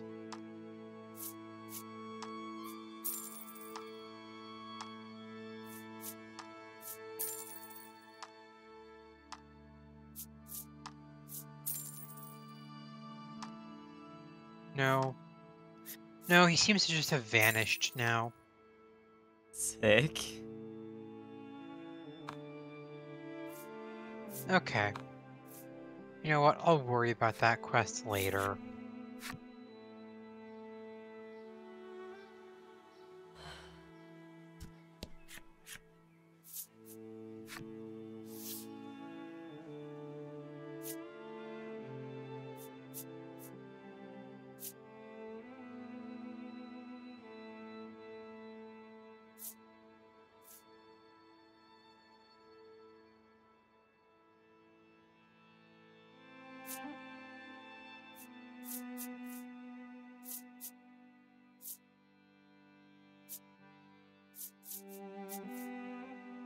For now, let's take Serana home. Much as I hate to. Because of her fucking dad. Oh. I thought you meant something else. I know exactly what you thought I meant, and much as I would love to do that, we're still too early in the game to do something like that. Damn.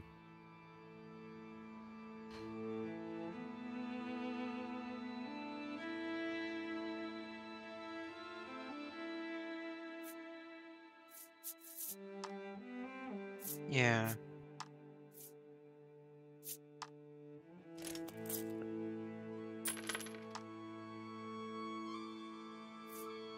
And actually, I was talking with some friends a while back about why you can't marry Serana in game, and I'm not going to get into spoilers, partly because of lore and partly because of content warnings, but they brought up a very good point about why Serana wouldn't like being in a temple. Yeah. Yeah.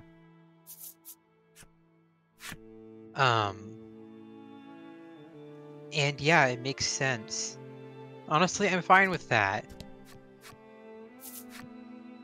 Don't Like, let would the I love to government marry... tell you who you can love anyway. The young man is It's not... mumbling It's less something. that and more, Listening like, carefully, you put the shit that snatches of Serana No, I had know. to I, go I through. meant, like, you don't have to Sounds marry as though he someone. is unhappy about the look Marriage In a of is the temple. kind of stupid. Yeah. Except for the tax benefits. The tax Yeah. benefits are not stupid.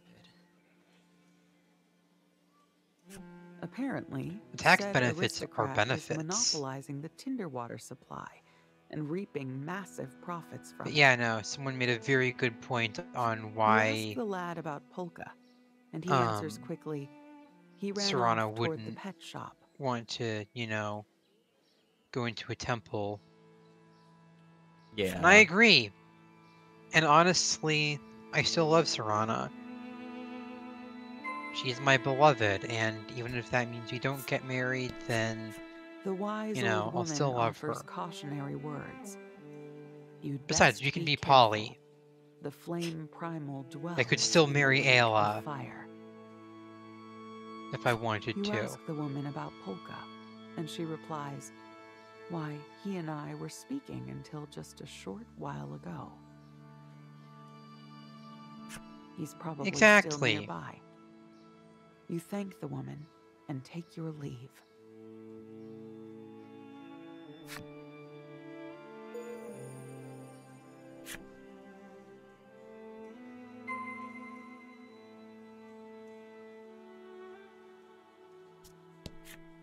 You stand before a handsome mansion whose occupant is assuredly possessed of abundant worldly means. In layman's terms, they're loaded. It doesn't seem likely that Polka is here. Try looking elsewhere for now.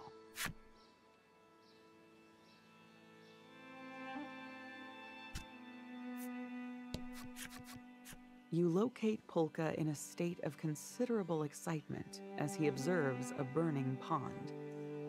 Ice water He jetty. notices you a moment later and starts chattering rapidly. This town is... And what's Here more, we are. he Castle goes on without Volkihar. taking a breath. It Oh, doesn't it is sound just like his oil. rambles are anywhere close to finished. But then...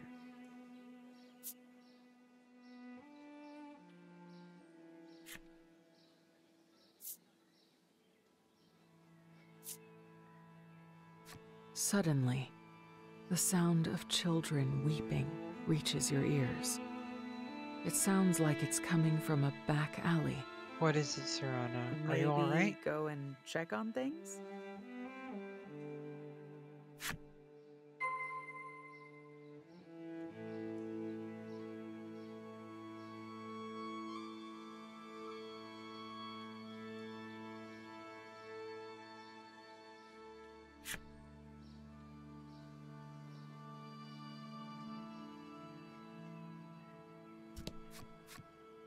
It's a mod that has a building to the east of the vampire castle. Huh. I feel like that would be even worse for the lore reason. Yeah, I agree, McLeod. In the back alleyway, two emaciated children stand alone, with naught but the clothes on their backs. They look to be siblings. Still, if I ever do a modded playthrough, I would like to check that out. Just Great look tears at it. stream down the boy's face. Between sobs, he explains that Probably their a mother dungeon and father anyway, both so- died of illness.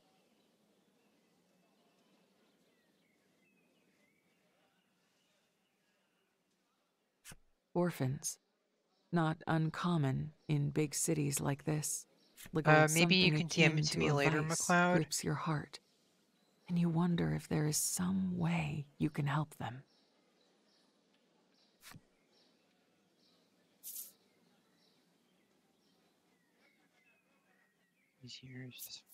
Ask the aristocrat to help the orphans. That can only go well.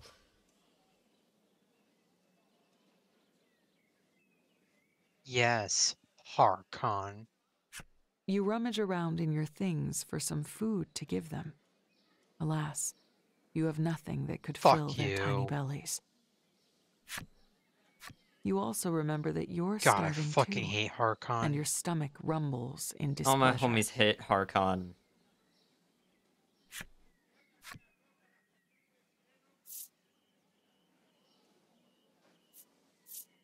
You hit first. upon an idea. Why not ask the aristocrat making huge profits from the tinder water for assistance? The guy that the game described as loaded when I saw his house is literally an oil baron. Kill him! Kill him! And we're gonna go ask him for welfare for 2 orphans. This can only go well. Or vampires, Harkon. A well-dressed man of clear sophistication and means emerges from the manor, and he seems willing to listen to you. You bring up the plight of the city's orphans. The man listens to your story and then hangs his head. I would love to do something. Truly, What happens I now? would. But you see, my own child. He explains that his son is bedridden, stricken with an illness of unknown origin. The aristocrat's mind seems fully preoccupied with thoughts of his own child.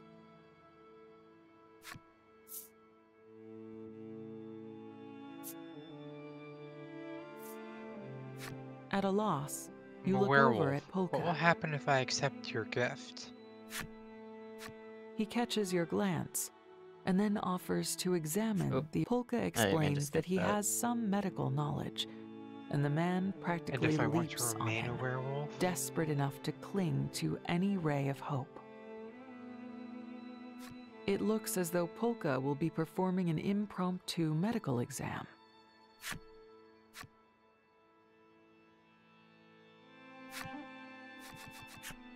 According to Polka, the aristocrat's child has been poisoned. I don't want to man's become a jaw vampire. falls open. I refuse your That gift. cannot be. My household employs silverware that reacts to poison in food. Go fuck yourself, Harkon. You suggest the possibility that there could be a venomous monster Yeah, nearby. At like, this suggestion, in the other settings, aristocrat sure, leaps out. vampires can be very The interesting flame and It exudes a toxic cool and all gas. that. Polka explains But- that if the source of the poison was indeed somehow the flame in like primal, it might be possible to craft an antidote in from its Skyrim body. specifically, And then, as though the struck only by an nice idea, vampire he you adds, ever really meet is Serana.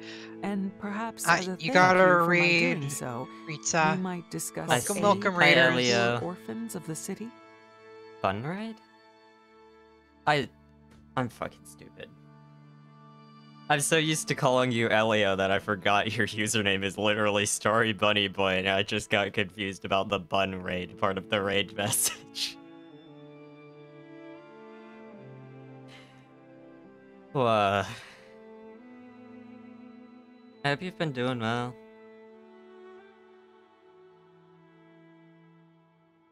Hi, Maggie.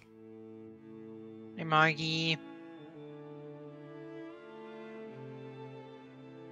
The art in these games is very good. Yeah, I agree. I've seen gameplay. It's very good art. 10 out of 10. There's- Would recommend.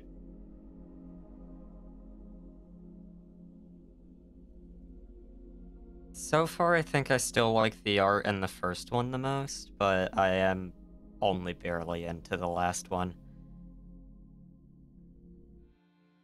But the art in all of the art is really good.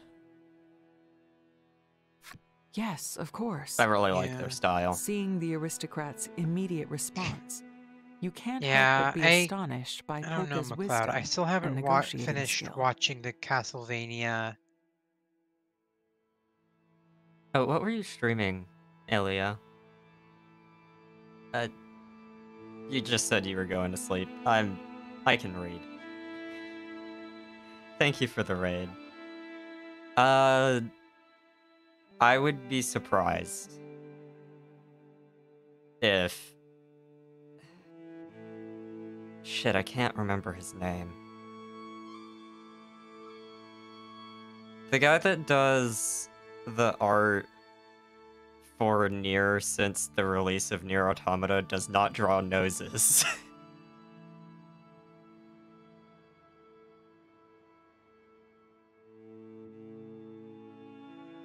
And, like, his art style is similar, but not quite this.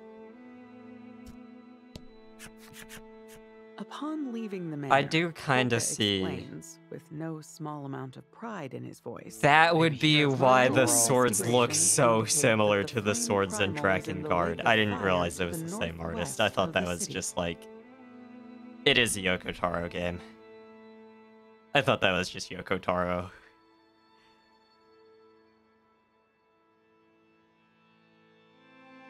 Alrighty. Sleep It well. Thank you seems for the like his raid. running about all over the city wasn't for nothing. I hope your stream was fun.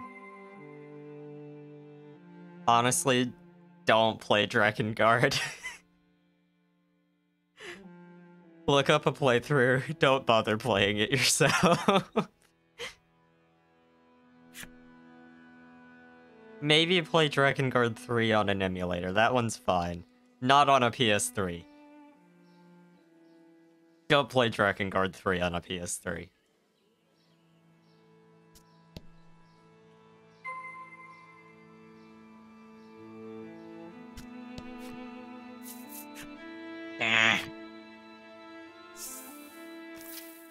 I mean, I'm still saying you should experience Drakengard. I just don't think most people would have a good time actually playing it. Especially if you want to go for ending E. Because ending E has some bullshit requirements because it was originally intended to be a choke ending. And then it ended up being what Nier continues from. So Why was it a joke ending? Ending E in Drakengard 1 involves Kaim and the dragon for some reason, not really explained, just being teleported into real-world modern-day Tokyo and fighting fighter jets from the Japanese Self-Defense Force. That's odd. And then the dragon and Kaim die. And that follows into Nier because well, no, also the final boss of the game also gets teleported into Tokyo. The final boss is made up of white magic particles, which turns people into salt. That's the backstory to Nier. People get a disease from it, and the disease makes them talk to God, and God is basically just saying, like, hey, become a mindless monster and help me destroy humanity, or fucking die. Those are your two options. Yeah, that sounds like God. And get turned into salt.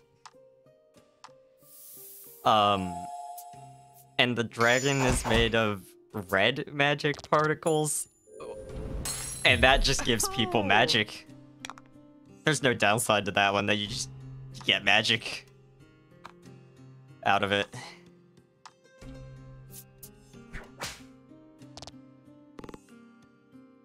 There also has not been a...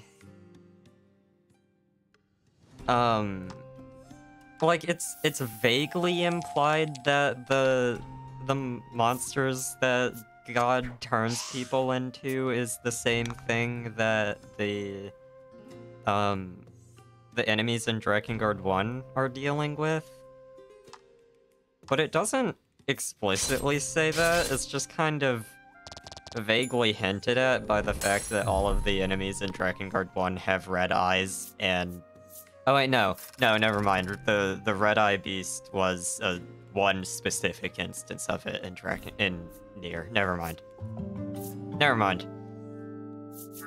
The monster with red eyes in Nier is their leader. None of the other ones have red eyes.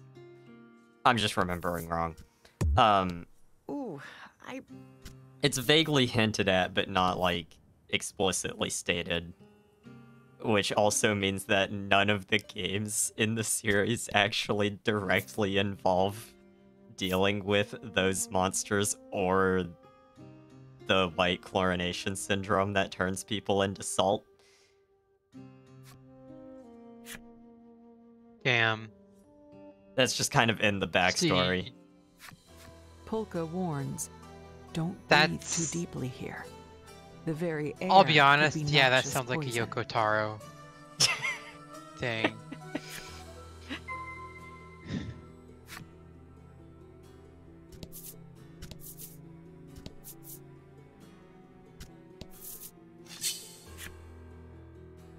I mean, Nier 1 didn't really have any reason to have you directly deal with it. It's more just used as, like, that was the consequence of Kaim and, I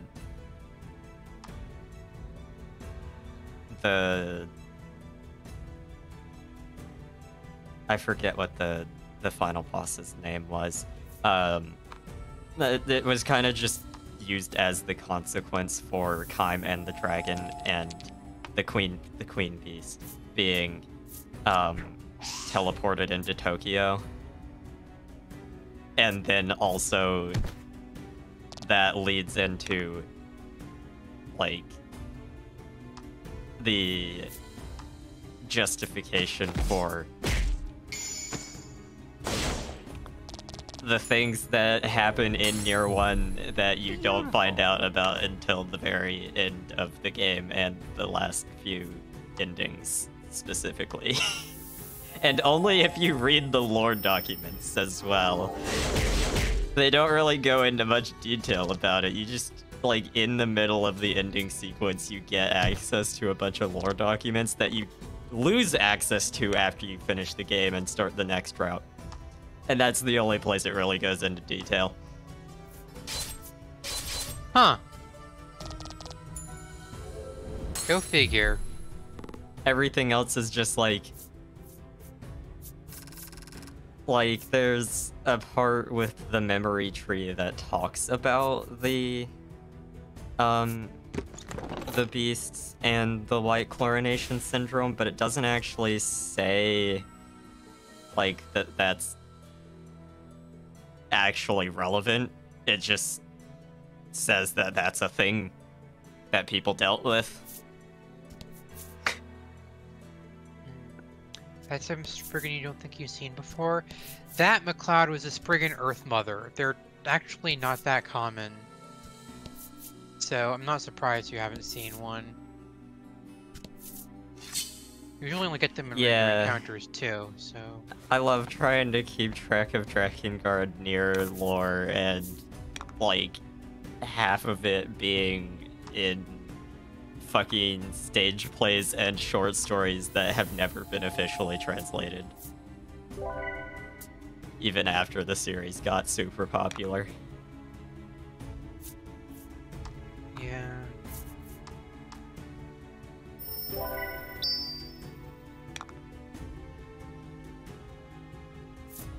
I really need to go read through the script for Yorha Girls. For what? That's the name of the stage play. There's also a version called Okay, Yorha then. Boys, which I'm pretty sure is just the same thing, but all of the characters are boys instead of girls. It's equality. I forgot that there were crusades. I forgot that we had crusades. During the part of the lore, like the world's background history lore shit, where the White Chlorination Syndrome was happening. Yeah, I forgot that crusades happened again.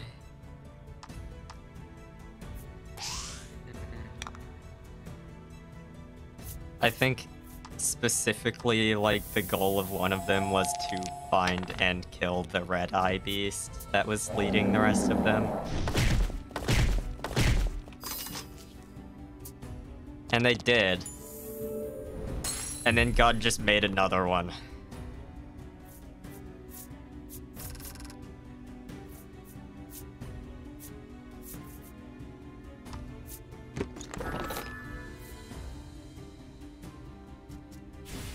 Oh, okay. I thought Why does God have it out for humanity? Well, part of the backstory, the backstory to the backstory, which is the plot of Drakengard 1, is basically just that,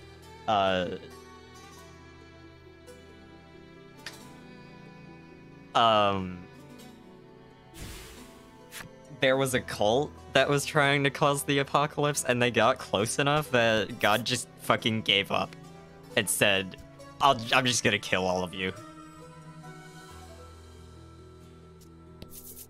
Understandable, honestly. Also, maybe with context from Drakengard 3, which is the first one in the timeline.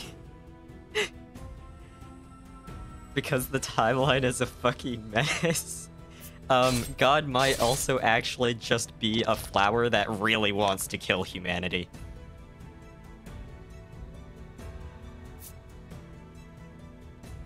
But why, though? I don't actually remember what the flower's reason was. Other than, I just want you guys to die.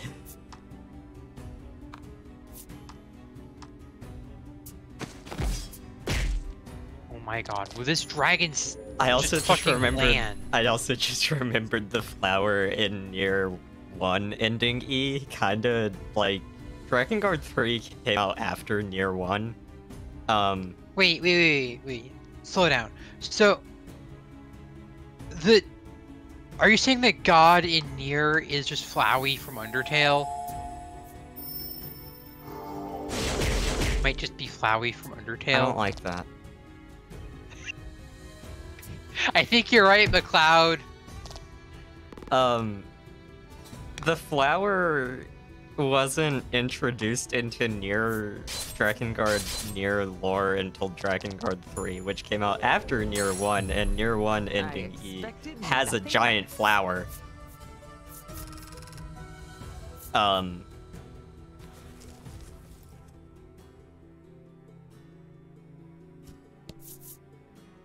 And like the flower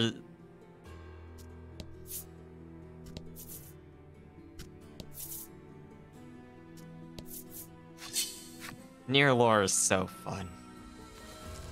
At least it's not Type Moon lore. I'm not getting into that. Don't get into Nasuverse lore. Just spare Don't worry, yourself. Nier lore is fun. Nasuverse lore is fun, but it's also incredibly fucking stupid. Yeah, like people fucking in order to transfer mana. Yeah, I mean that was just that was just a stupid explanation for why people fuck in the sex game.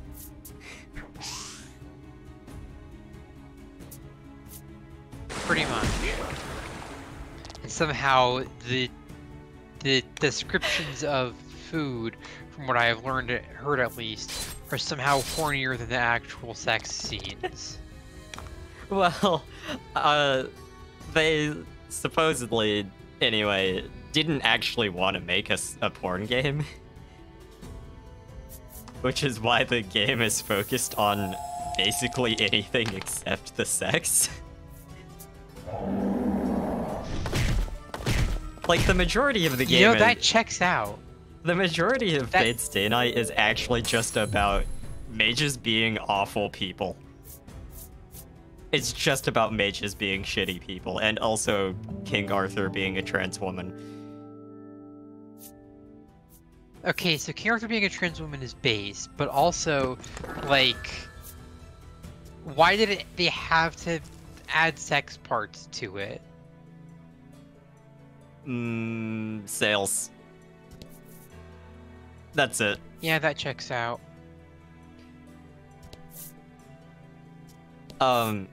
But also, going back to the sex stuff, the food stuff is also partly hornier than the actual sex, because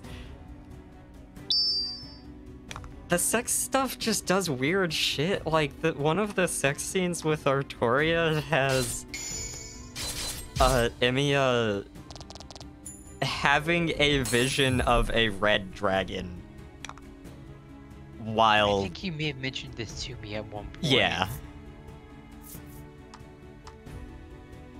It's fucking weird. Because, like, King Arthur is Arthur Pendragon, and in the Fate lore, they are literally part dragon.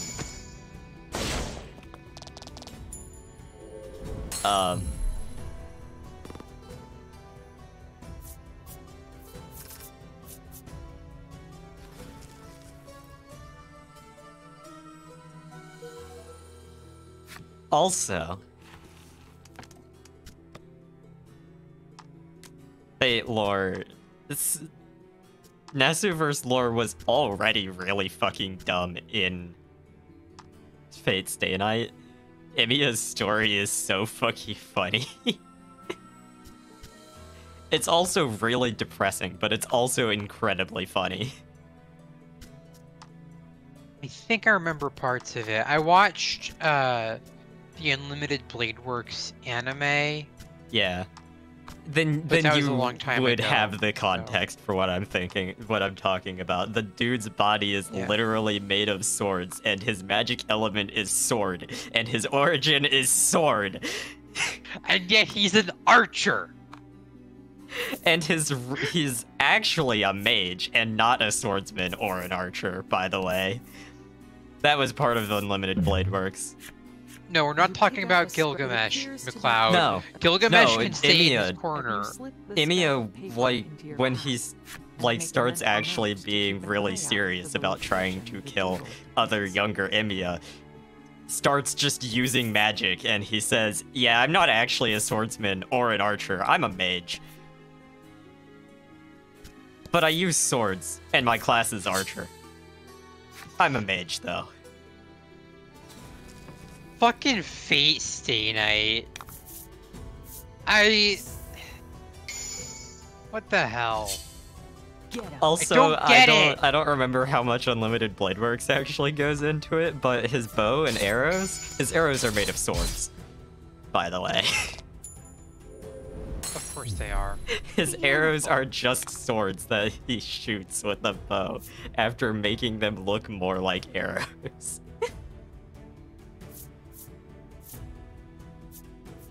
I fucking love Fate. Oh, since you've also part of the lore was already fucking stupid in Stay Night. Heaven's Feel Root, where you find out that Sakura's element is imaginary numbers. And imaginary number space, which, like, those are math terms. They don't describe real things. They're called imaginary numbers for a reason. It's just a math hack. Imaginary numbers aren't real. In Fate lore, imaginary numbers and imaginary number space refers to the reverse side of the world and is a literal place. The reverse side of the world? So Earth is made of layers, right? I guess? In Fate lore, in between the crust and the mantle, in between those two layers of the Earth is the reverse side of the world.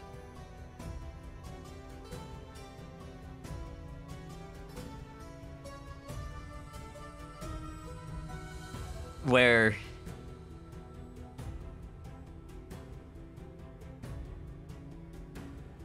creatures and laws of reality from before the age of man still exist. The reverse side of the world is a literal place, and it has completely different laws of physics and reality than the surface for some reason.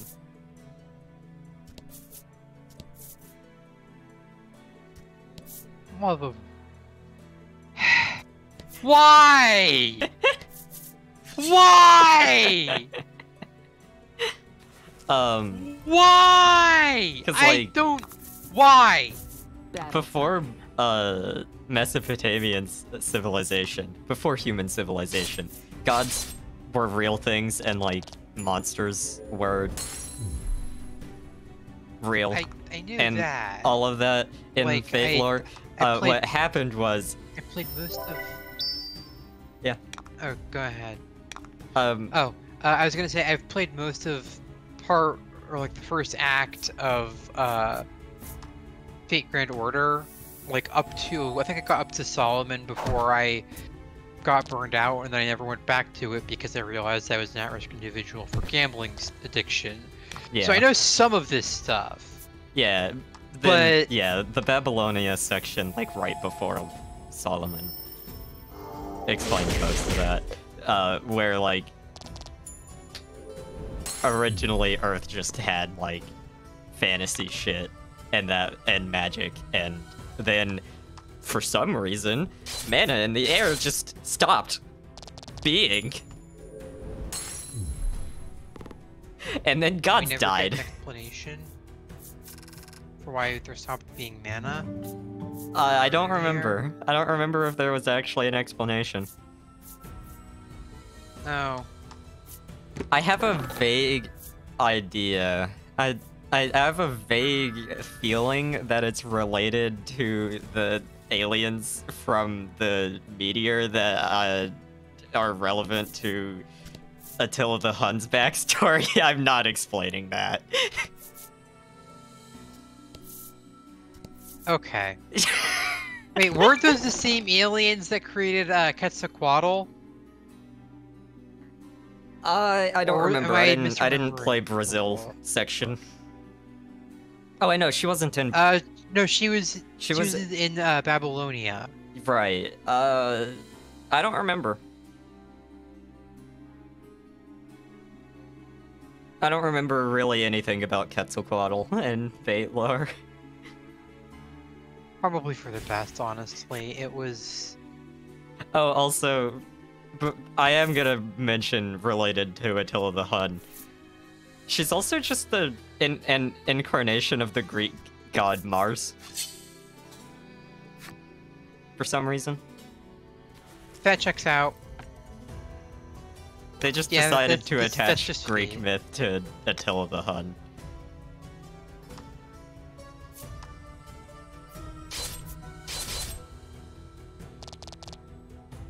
Yeah.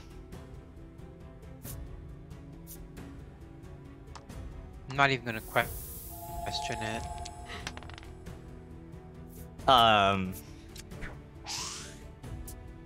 Do I bring up notes since I mentioned Brazil? Notes? Notes is one of the really early, like, short story light novels that Nasu wrote. And it's where the company name Type Moon comes from.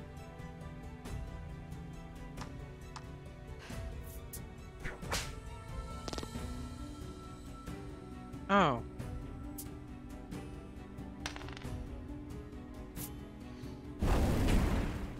I'm gonna do it. So bring it up. So in Nasuverse lore, all of the planets and the moons, or the moon, are living things with consciousness. And all of the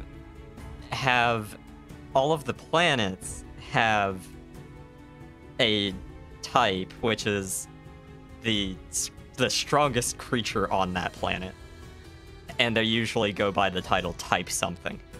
Earth doesn't have one, so it made a pact with the moon so that they could share the moon's type, which is where the name Type Moon comes from. Which is also the in-universe explanation for why Earth has a moon. The Earth and the moon are just living things, and they have a pact with each other.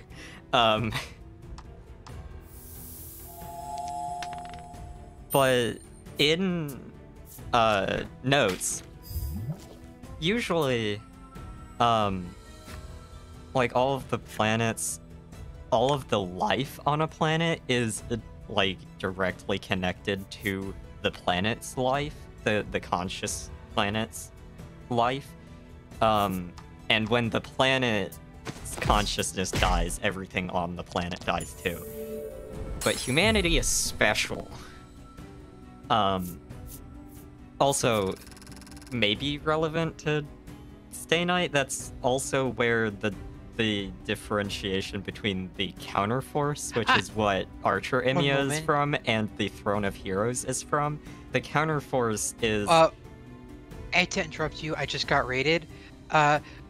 Raiders, welcome! Welcome, hello, Tora!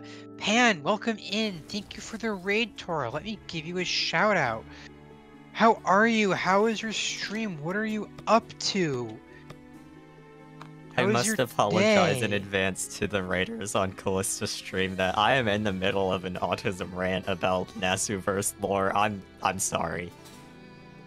It's fine. Don't apologize.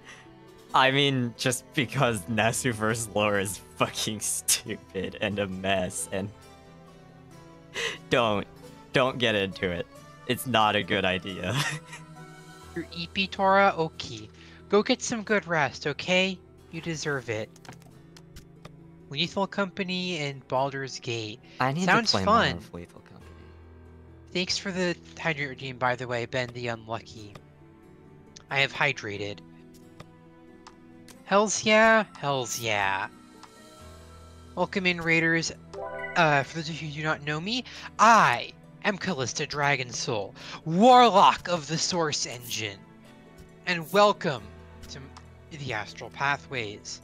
Tonight I am playing The Elder Scrolls V Skyrim, one of my all-time favorite games, and joining me in VC is Ritza Vitulina, a concubus and a very good friend. They probably don't see many humans around here, given I'm also incredibly autistic. Just like me. Which is why I'm in the middle of a rant about stupid shit I have spent way too much time learning about. It's not worth it. Yes, welcome in everyone. I hope you're all having a wonderful night. And I hope you all continue to enjoy yourselves as you listen to me and Ritza nerd out about our respective special interests. Seriously, I love nerding out about special interests with friends. We were on Yoko Taro Drakengard Nier lore earlier, which is actually good and very interesting. Please get into that one. Please play Nier. Maybe watch a playthrough of Drakengard. It's not a good game. Like, it's subjectively not good. Still, the story's good. The game isn't. Oh, I was talking about notes. All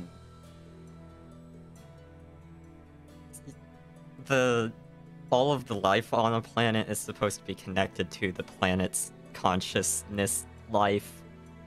Everything on the planet dies when the planet does. Humanity ended up being big enough and having, like, I don't remember the exact explanation, but, like, basically humanity became too powerful and created its own separate thing.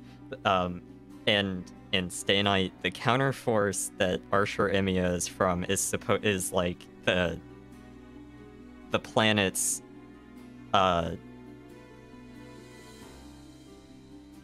immune system. People make contracts with the planet for power, and then after they die, they get removed from time and are summoned by the planet when it needs to kill something that would kill it.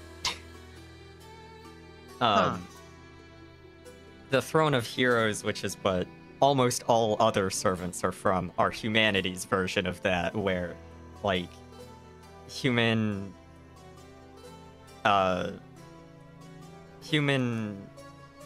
legends, myths, powerful people, after they die are recorded in, they aren't literally ripped out of time after they die.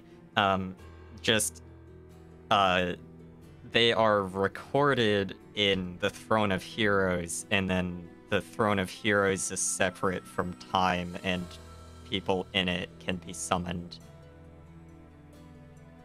to protect humanity from things that would kill humanity. Anyway, that's relevant because in Notes, the whole premise is planet Earth died, and it doesn't like that humans are special.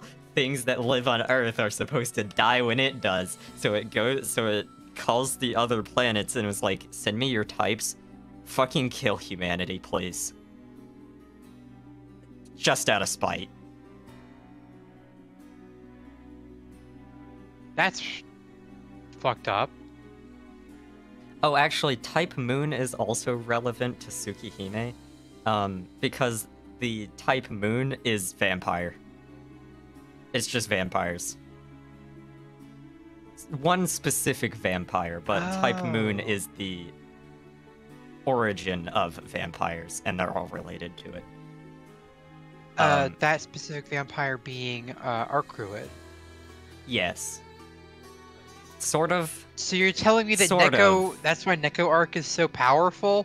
Arcud aside from is... just the memes? Arcud is, well, okay. Arcud is the child of type Moon, and I think does end up inheriting type Moon's power and becoming archetype Earth, which is basically type Moon. But the literal type Moon, even in Tsukihime, is literally the Moon. The Moon is a vampire. Damn.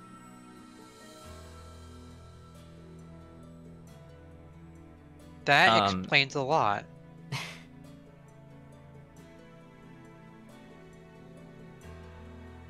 I got onto this after I brought up Brazil, because one of the types actually had come to Earth like several thousand years ago and was just asleep in Brazil the whole time. It literally went to Brazil! Yeah. But I wanted to get onto Notes because Notes has some really funny character names. Such the main as? character's name, the main character is almost always referred to as Gun God.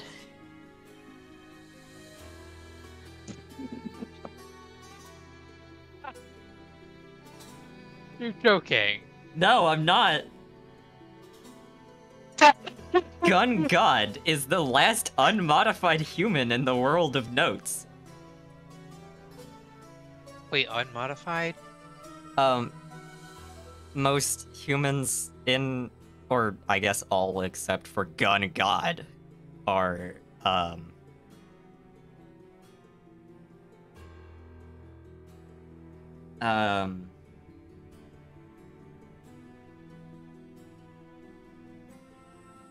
artificially enhanced humans who were able to live on the ruined planet.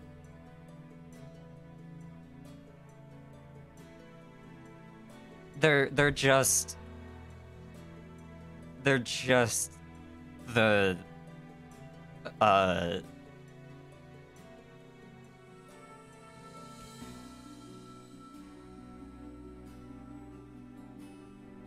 genetically modified humans from take your pick of a Gundam show. That's it. So they're new types. Basically. Actually, I haven't seen any of the shows where new types are part of the setting, so I don't know. Are you working on watching UC Gundam? I don't know. I kinda, I watched G-Witch, and I've been watching G Gundam just because G Gundam is fucking silly, and I needed more mecha media, and there's not much other than Macross and Gundam.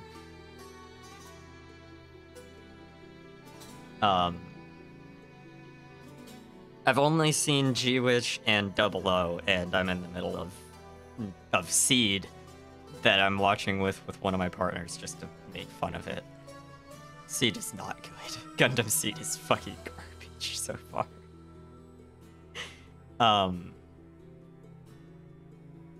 Taking care to be as quiet as possible, you steal close to the monsters. I was talking about Gun God.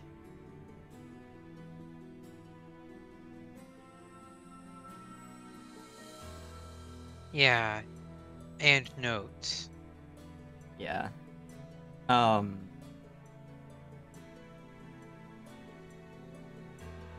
Gun God was born on the western continent before the attacks by Type Jupiter started. He later dug up the Black Barrel, which is... It's basically a noble phantasm from the Fate timeline, except this one can kill the types. That's its whole thing. That's it.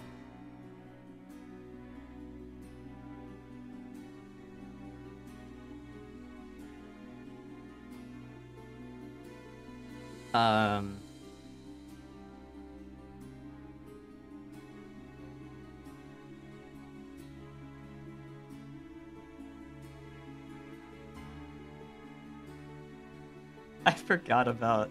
He participated in, quote, Bird Drop, the interception mission against Type Venus, and ended up as the last plane in the sky due to his AI pilot not being affected by the heat emanated from Type Venus. He managed to take aim and fire with the Black Barrel despite the harsh conditions and hit Type Venus directly in the forehead, placing it into an eternal sleep. He then passed out thinking about its beauty.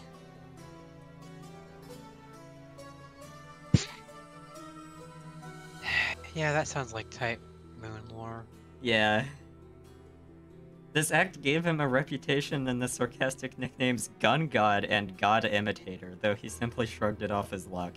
However, his real name was erased. He's literally only referred to as Gun God and Godo in the story.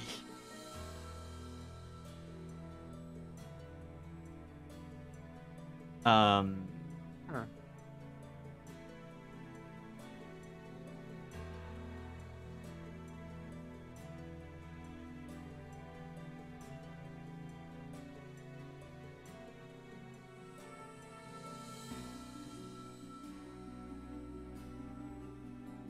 Oh god, I forgot about the Land of Steel. I don't know nearly enough about that one to talk about it.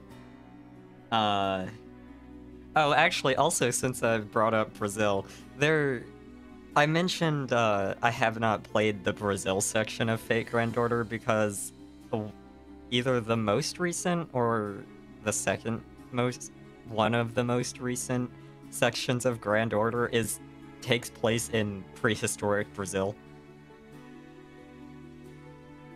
And Yeah, that checks out. one of the servants in that section of the story is a pseudo-servant, which in Grand Order are normal people with servants summoned into their bodies, which is why Ereshkigal and Ishtar look like Ren from Stay Night, because it literally is Ren's body. But one of the servants in the Brazil section is I think I heard about this. is a pseudo-servant that is the priest from Stay Night Oh no. with Rasputin as the servant in his body in Brazil. Oh, I heard about this. Riding a velociraptor with a flag of modern day Brazil and machine guns. Are you telling me that Kire Kotomine was the Velocipaster Yes. the whole time? Yes! That's why Velocipaster is a nickname, because it's Kire. The pastor part of the name comes from Kire. Fate Grand Order again. I can't. After finding out that, I can't. I simply cannot. What the fuck? Kire's voice actor also has art of this, like, this specific scenario. Was it made before or after this? It was made in part? reaction to to that fight in Grand Order. I think the Velocipaster art is the part where I think in the actual Grand Order story, it's just Kire in Brazil, and his boss fight also has Velociraptors as the other enemies in it, but people turned that into Kire riding a Velociraptor with a flag of Brazil.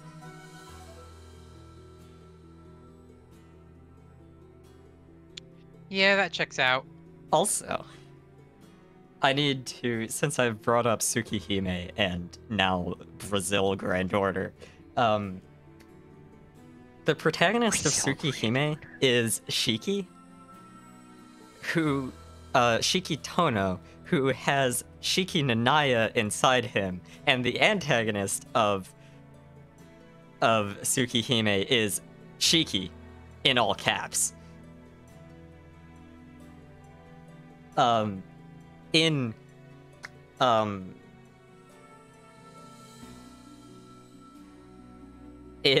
The Garden of Sinners, the main character is a lady with mystic eyes of death perception, which is what Shiki Tono's that's what was special about him. Her name is Shiki.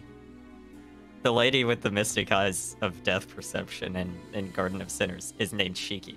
And she has an alternate personality named Shiki in all caps.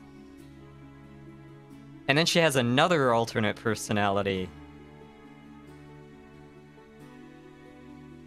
that is literally reality. Like, literally, the other alternate personality has become reality. And can just do whatever she wants. And that one's name is Shiki. Void. They're all Shiki. I'm bringing this up, though, because Brazil Grand Order. It's Shiki all the way down. Brazil Grand Order added Dinosaur Shiki and Dinosaur Arquid. Why? Why? The dinosaur has mystic eyes of death perception, by the way, and it looks like Shiki. That's why it's Dino Shiki. Its name isn't literally Shiki, unlike all of the other Shikis, but...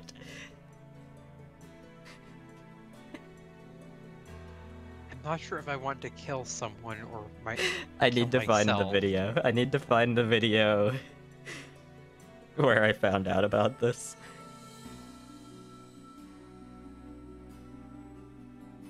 There is an unfathomable amount of fury within me at finding this out.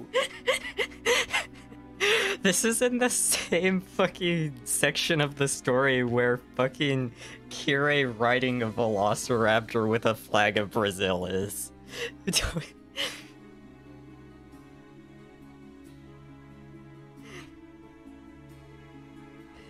course it is. Where else would it be? In the part where fucking Okay, I have screenshots of Ilya the... turned out to be direct descendant of Jesus Christ or something. Who? Ilya.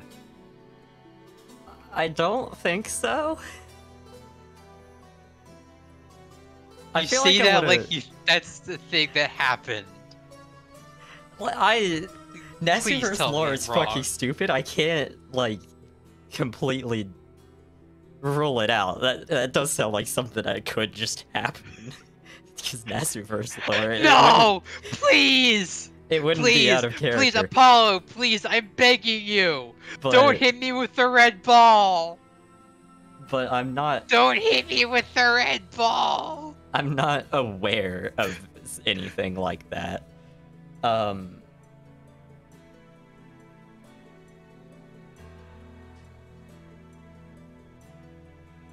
I have the video where I found out about this is an edit of some person's stream where he had a whole fucking presentation about Dino Shiki and Dinosaur Arcwood. But I took screenshots of the chat replay. According to research, Shiki has a code habit considering how much he talks about the lines from the Mystic Eyes of Death Perception.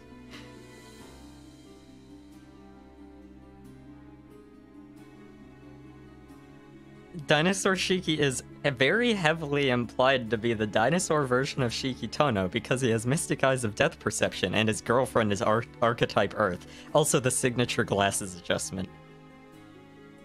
Also, Shiki's health checkup mentions he has bird-like bones.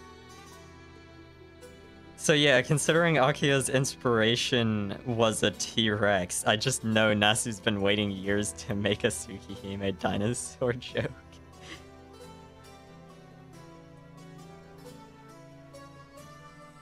Of course he has.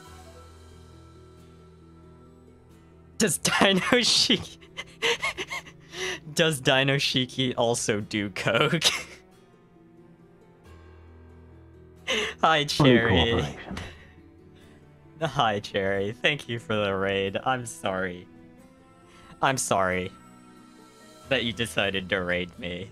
I've been in the I've been on this screen in game for the past hour. I've just been ranting about stupid bullshit in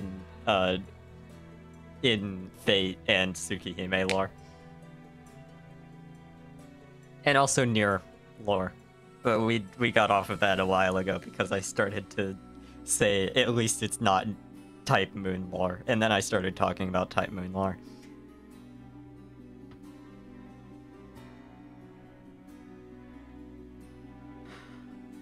Yeah. Callista, do you know about Nero from Tsukihime?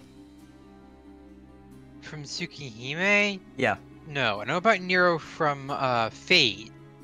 The I main don't know if it's the same person. the main antagonist of the original release of Tsukihime, but not the main. He's not the main antagonist anymore in the remake. They completely changed the character for some reason. But the main antagonist of the original Tsukihime is a guy named Nero. And it's spelled like this.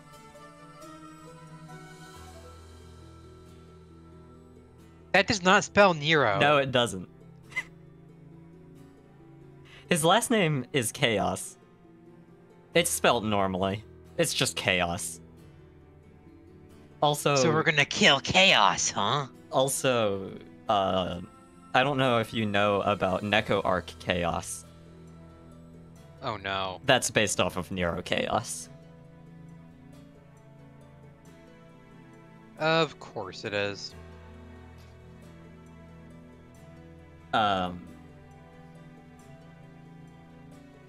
Also, actually going back to Neko Arc, you mentioned that's why Neko Arc is so powerful. I'm pretty sure Neko Arc's actual lore is that she doesn't actually have any relation to Arcwood. She just really liked Arcwood and started cosplaying her.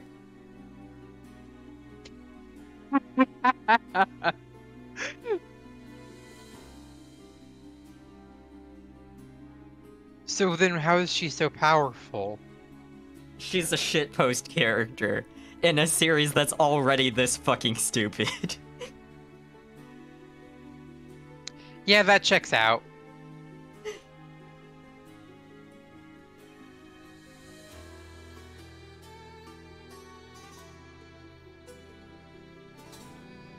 I'm not even gonna try and argue, that just checks out.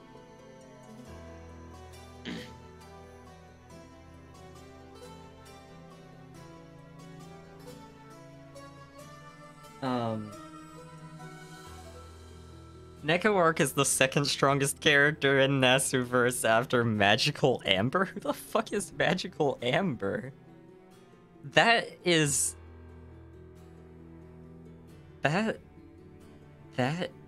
Kohaku from Tsukihime, one of the maids from Tsukihime. That's just Kohaku in a cat girl outfit. That's the strongest character in Nasuverse canon, apparently. And the second strongest is fucking Neko Arc. You know, I've simply stopped being surprised by this shit. I was initially fascinated, but now I'm just tired. What the fuck? I hate this. Yeah, I that's why, hate it this viscerally. is why I said not to get into Nasuverse lore. It's yeah. It's all like this. It's all this shit. It's this fucking bullshit.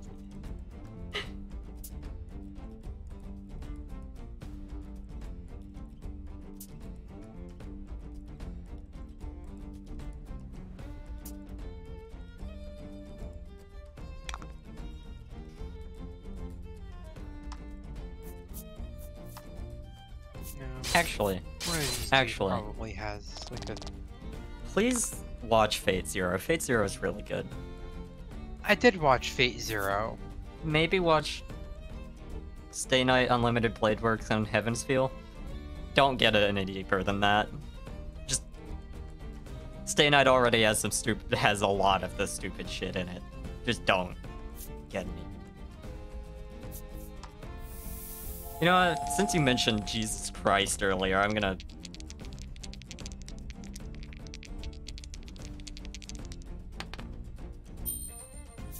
Jesus is the Messiah of the Christian faith.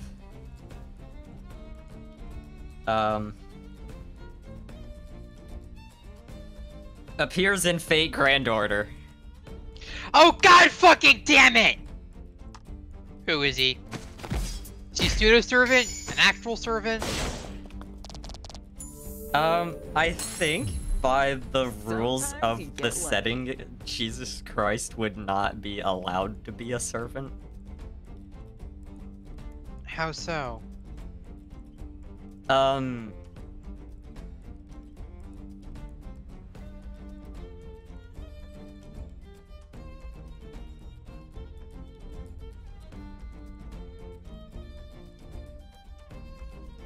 The rules of how being a servant works are weird. Technically, divine spirits, gods, can't be servants, but there are a lot of the gods are servants because the time period around Babylon where The monsters don't mana attack. just In stopped fact, they look like they're trying to find an opening to make like a when run mana for it. just stopped being a thing, divine spirits ended up getting downgraded to heroic spirits, and now they're servants. I don't actually know about the lore around Jesus Christ in Grand Order or in Fate, even though like one of the two biggest organizations in the setting is literally just the Catholic Church. You'd think they would have gone in more into detail about this, but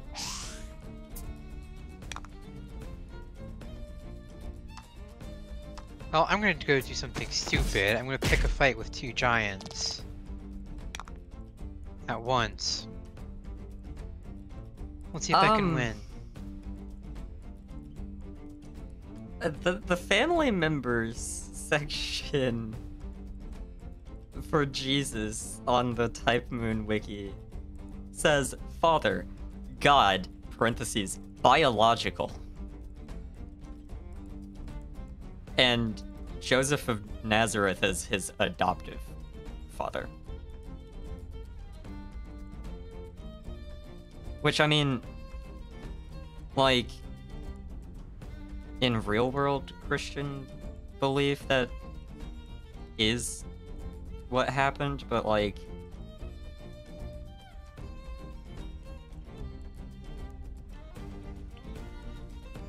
skeptical. Oh, I got sent orbital. Ah. Whee! Skyrim space program. Let's try that again. Oh. No, apparently in Nasuverse lore, God is just real. And was unaffected by the... Okay. Cool, sure. I mean, it's Nasuverse lore. Since when is Nasuverse Actually, lore no, made that would... sense? He would have to be, because otherwise Solomon and the ending of Grand Order Part 1 would not make any sense.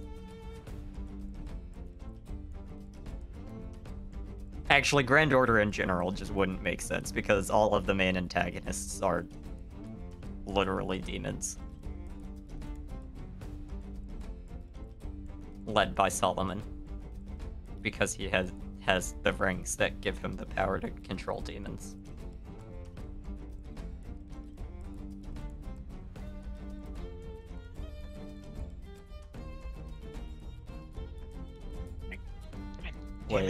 Wait. While both the Church and Magi such as Paracelsus acknowledge God as a unique being and the existence of angels as messengers from God, the true nature of such beings is unknown. The style of... Oh, in Nasuverse lore, God might just be an eldritch deity, because those do exist. Those are just real. Yeah, that checks out, honestly. Considering everything I've heard, that just checks out. The style of martial arts known as Jacob's limbs is said to have been invented by Jacob as he wrestled with an angel.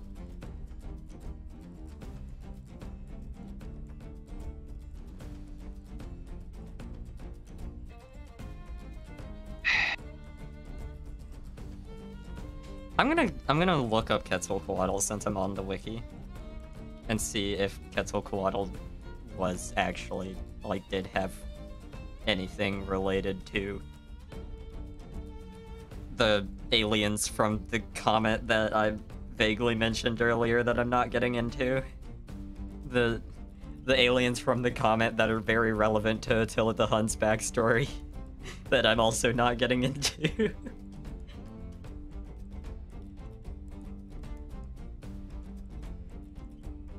Also relevant to Excalibur's backstory, now that I'm thinking about it. In Nasuverse lore, Excalibur was created by fairies as a weapon to fight those aliens. And most noble phantasms were, actually. You know what? I'm done. Can we not talk about Nasuverse anymore? I feel like if I hear anything else about fucking Nasuverse, my brain is going to implode. And I don't have my emotional support wife nearby to help deal with it. I miss Serana. I haven't seen her for a whole 3 hours. No, 2 hours, I think. I'm gonna just vaguely mention penis magic, and that's it. That's gonna be what I end on. Okay. That's a good ending point for that discussion. That one's actually relevant to the King Arthur as a trans woman in Stay Night. That's part of Yes, Stay Night. I'm well aware. I know about Mordred. Yeah, okay. Okay. With that, I think it's been 3 hours, so I think this is a good point to take a break. So I'm going to save, and get up, I'm going to stretch my legs. I would encourage all of my viewers to do the same.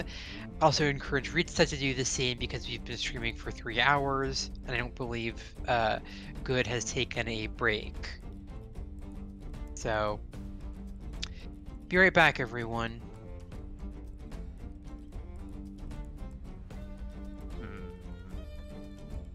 And yes, I did just unironically use good as a pronoun. Oh, I didn't I will even also catch that. I mean, When's you the said... question part coming? I don't know, but I'll find a point. I'll be right back.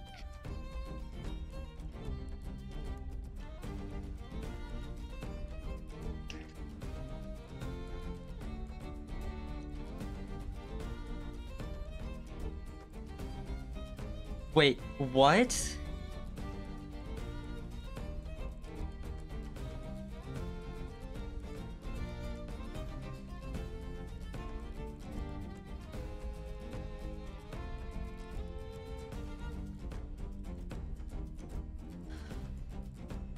I just found out the Orc Cloud has a type.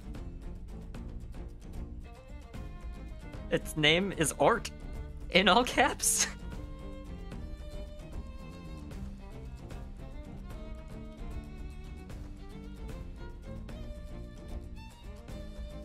I am actually gonna take a break. Small break.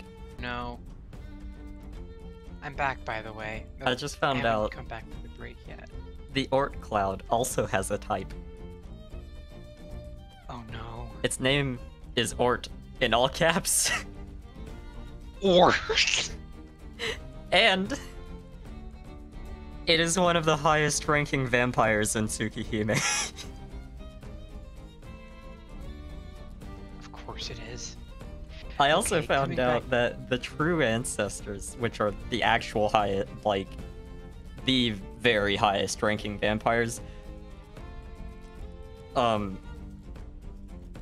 they can be classified as a type of greater fairy, and their foundation is a mystery that cannot be reached through magecraft. They are said to be a planet-class spirit. So that's why Type Moon is literally just the moon, who is a vampire. True ancestors are just planets, actually. Understandable.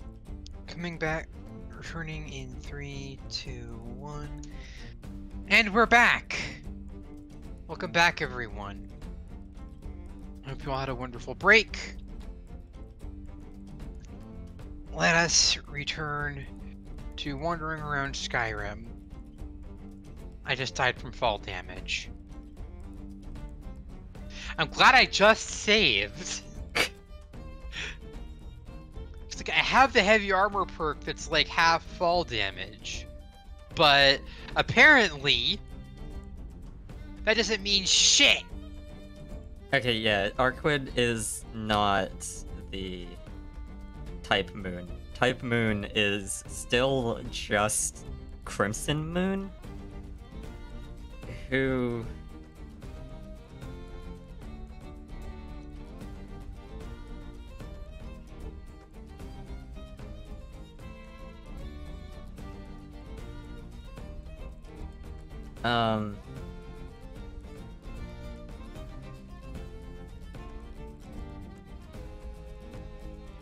Crimson Moon is never shown except by using a picture of the moon in red. As far as I know. Also, the head of the Mages Association fought Type Moon. And won. Huh.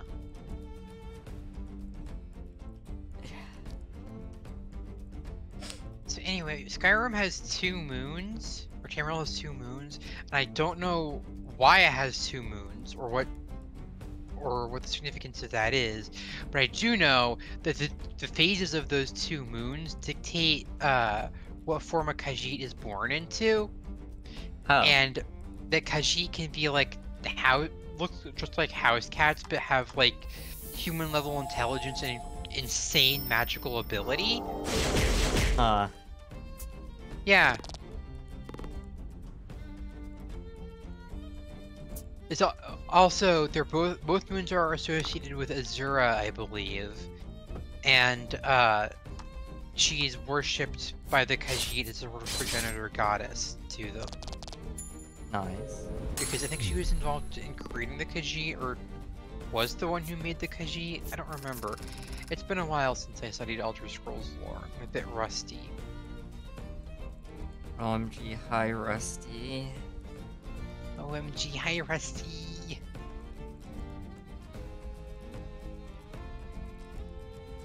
So-called old free thinkers when V4 Rusty. Or something, I don't know.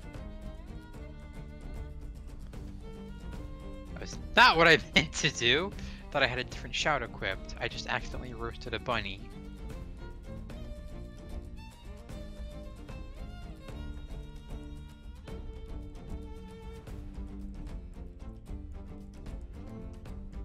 Because I had Fire Breath equipped when I thought I had Whirlwind Sprint.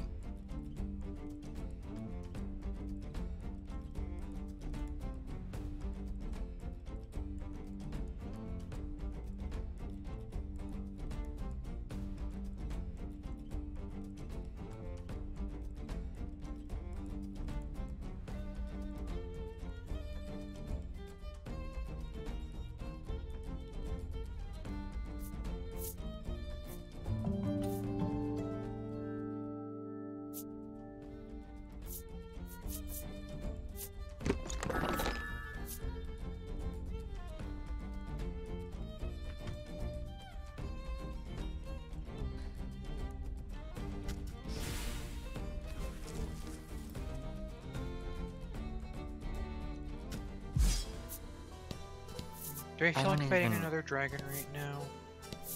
What? No. Oh. I'm meandering around about, and there's a dragon nearby, and I'm like, do I feel like fighting another dragon right now? And I don't. So I'm not going to. Ah. Fair enough.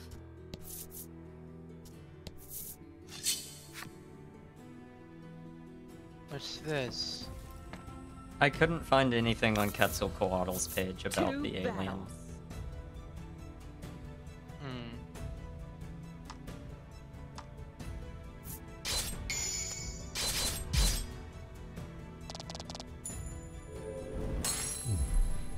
Sometimes you get lucky.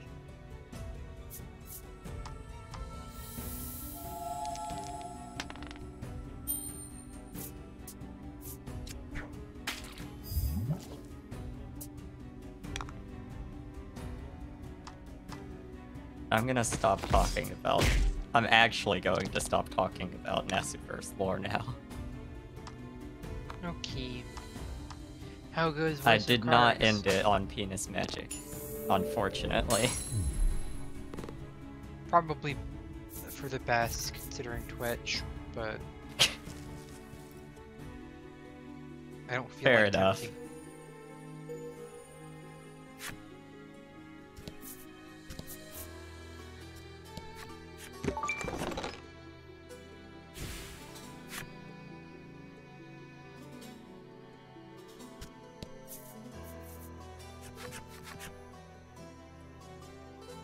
You survey the area for some way to cross over and spot an iron bridge collapsed into the burning Tinderwater.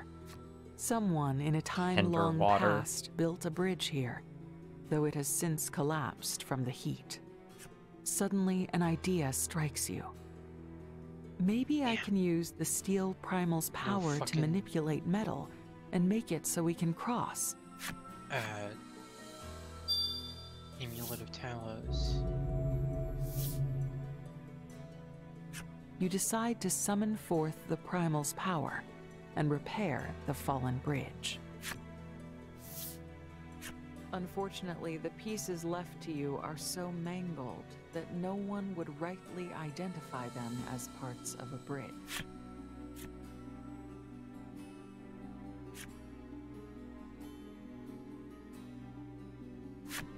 What the fuck is this? What?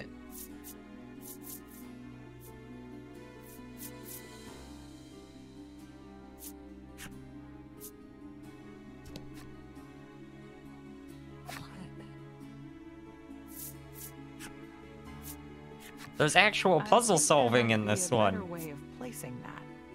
If we could just redo it. He Oh. mutters to himself. Nice?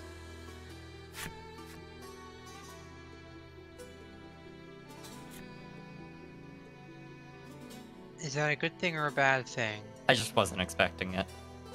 Oh, okay. With the steel primal's help, you safely cross the Lake of Fire. The bridge you've built remains firmly in place. It actually looks quite sturdy. You should be able to use it to cross as many times as you like. There's.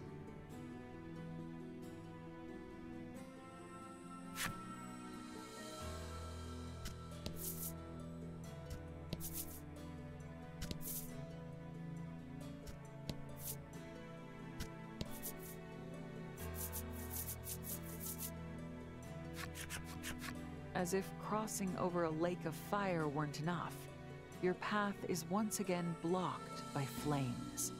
You quickly survey your surroundings and see more parts you might be able to fashion into a bridge. You call upon the steel primal once more and prepare to improvise another bridge.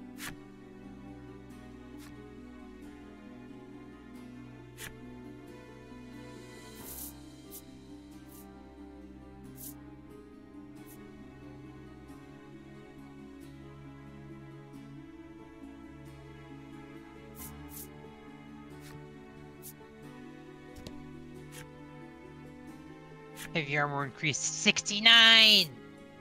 Nice.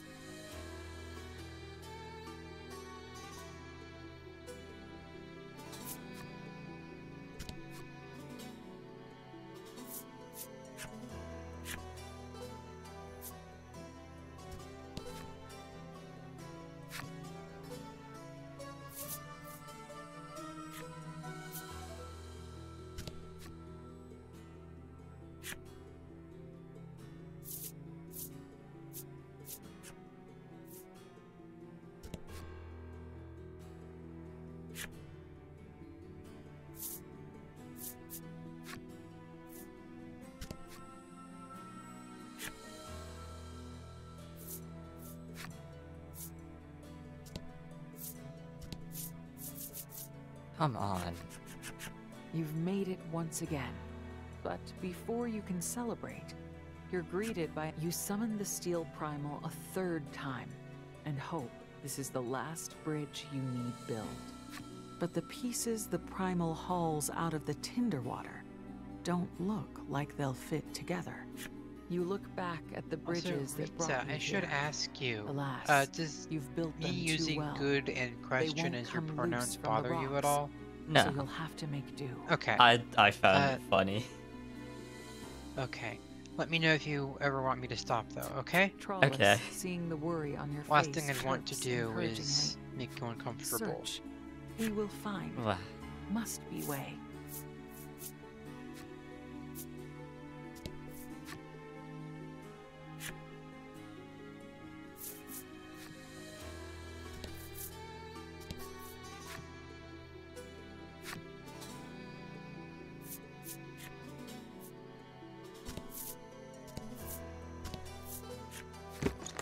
Inside is impossibly a bridge part. You should be able to use this to get further across the Tinderwater.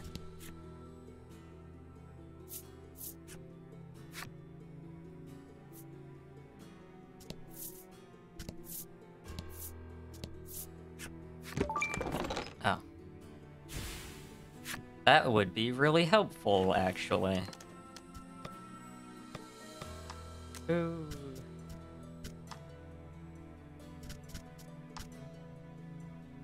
I have 2 of them. From when?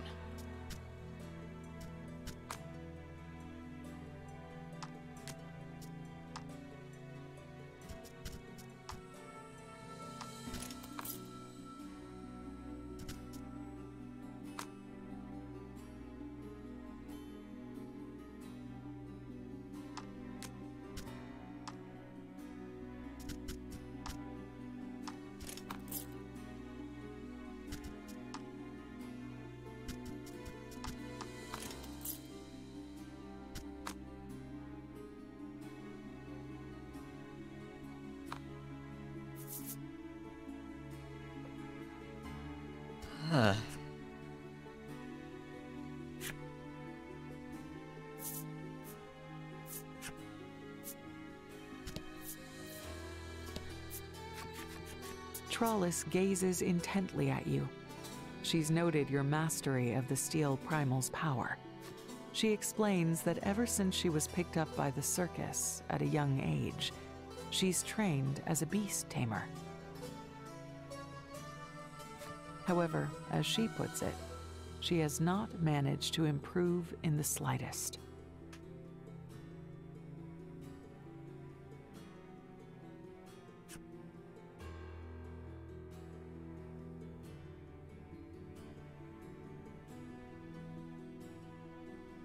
She asks you to give her some pointers on how to get monsters to obey, and you reply,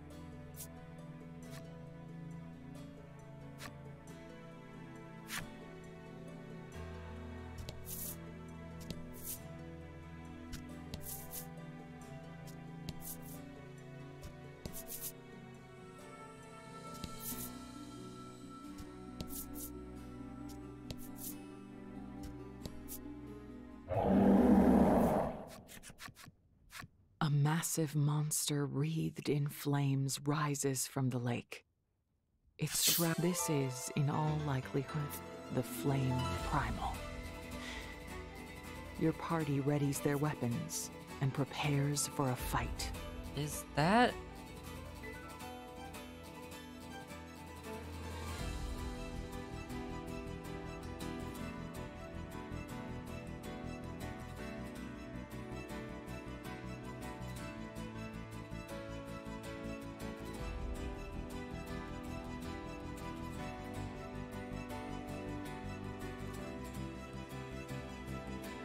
Yeah, it is. What?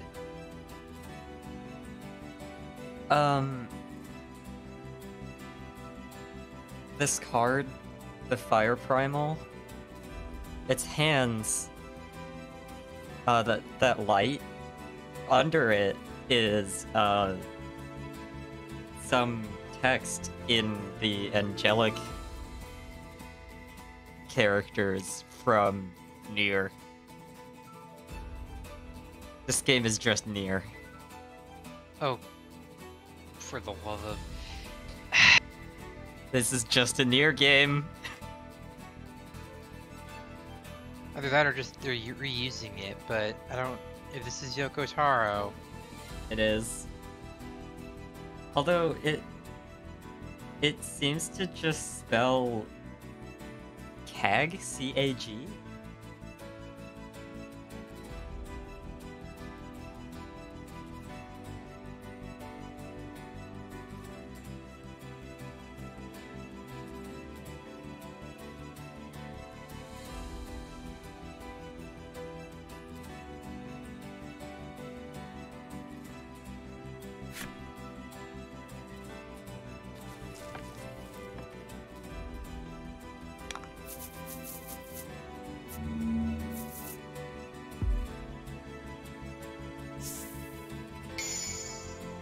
slay this beast for the children.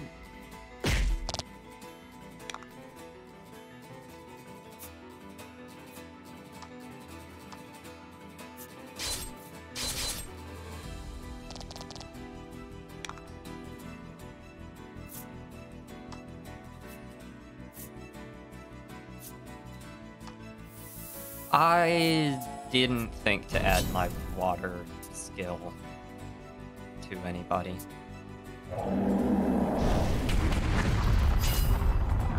Speaking of water. Water! What?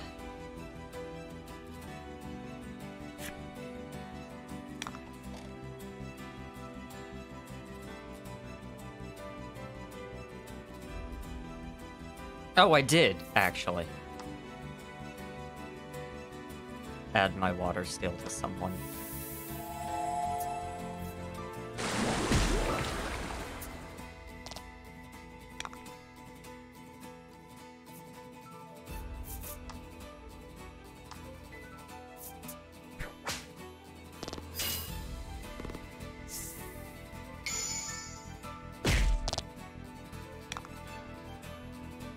You can't tell if it has something to do with the primal, but poison is slowly coursing through you. You must end this battle quickly.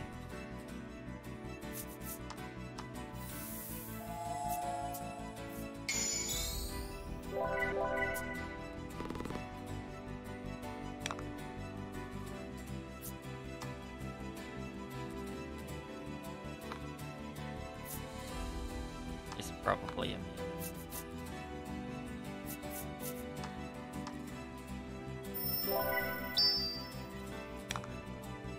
To poison.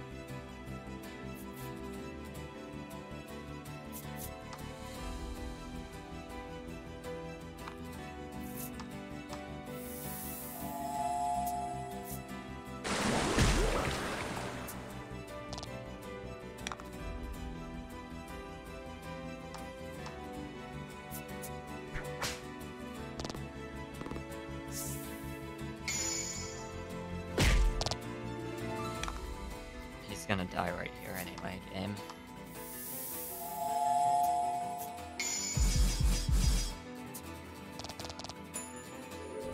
Even if I didn't crit. You've managed to gain that you feel as if suffocated and fall upon one knee. Your poisoned body is screaming, raging in protest. The flame primal clearly isn't going to let this chance pass it up, and it begins amassing power.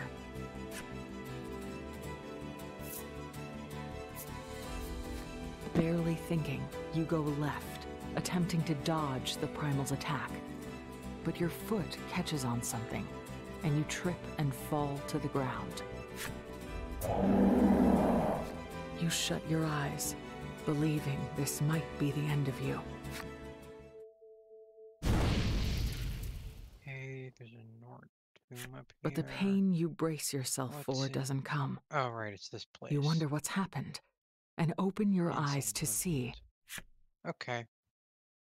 Don't actually care.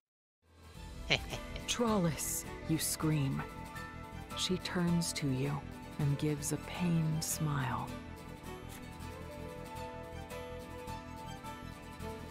The acrid smell of burning meat assaults your nostrils, and Trollis cries out in anguish.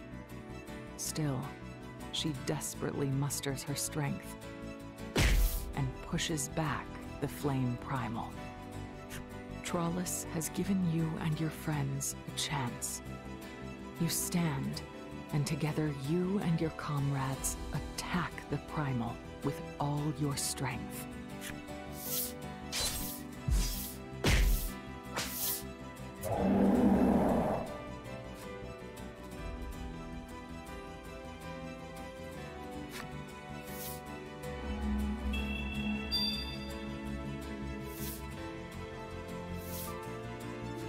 You've done it.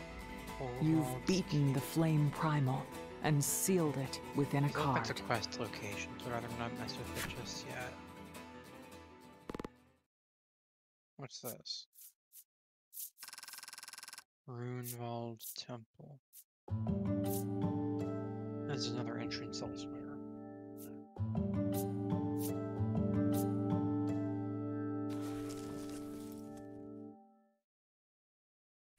The flames upon the lake begin to recede and then blink out entirely.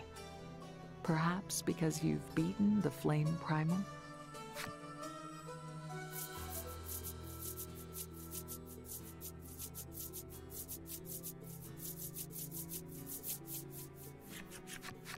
You see Trollis crouching on the ground and run over to her. "Are you all right?" you ask. She totters to her feet. Having rather shrewdly managed to gather some of the flame primal's bodily fluids during the fight, Polka immediately sets about inspecting it to determine its composition.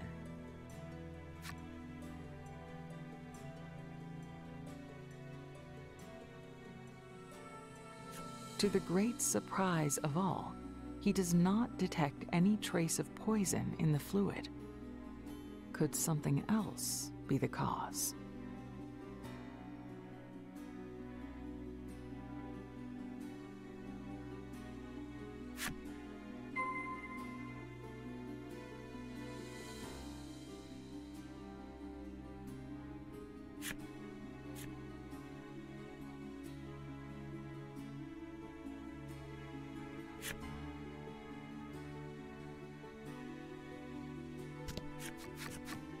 Polka collects some of the lake water in a bottle.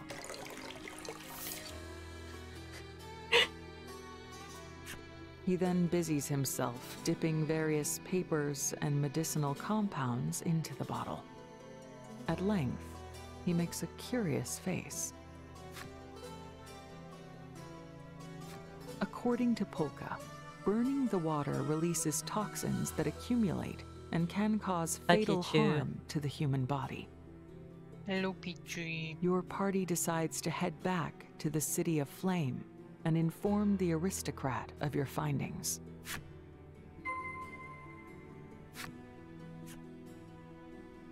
You can now use bellwethers. There's literally one floor and it's not restricted.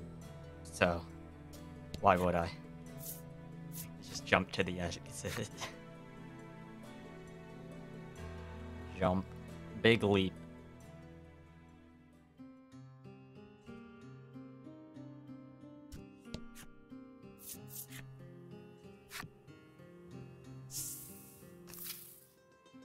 With the flames of the lake extinguished, those of the pond in the center of the city have also gone out.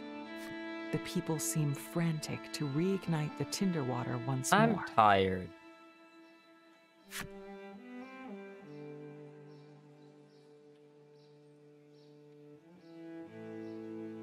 I am living. Polka's medicine succeeds Same. in stabilizing the child's condition. However, he is quick to indicate that it is but a stopgap measure. Polka advises that should they wish to prolong the life of the child and of all those in the city, they must stop using the tinder water. The aristocrat shakes his head and says, "That we cannot do."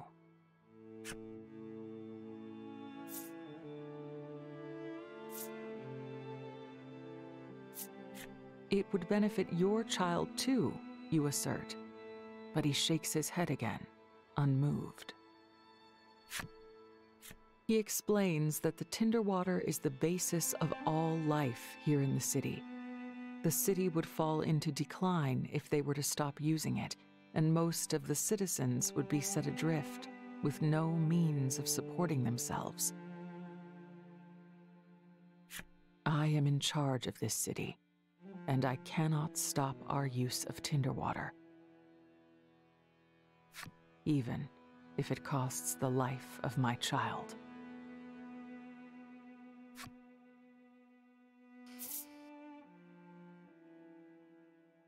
I'm gonna kill this man.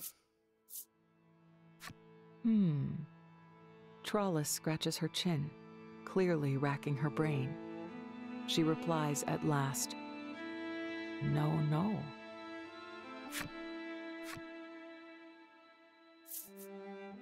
Polka's voice is quiet.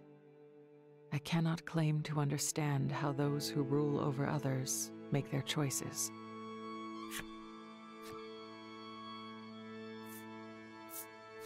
You ask the man if there is some way to resolve this impasse. He grimaces and makes a self-deprecating snort. Maybe if Nuterra existed, then all would be solved.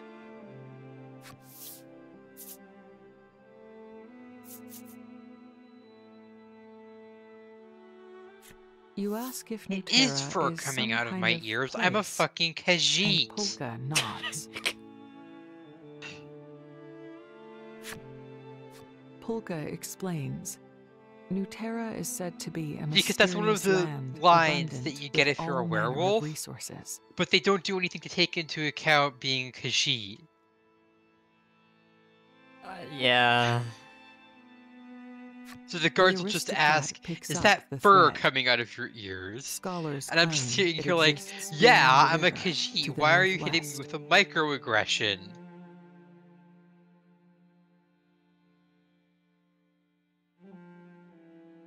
Like, dude, come on.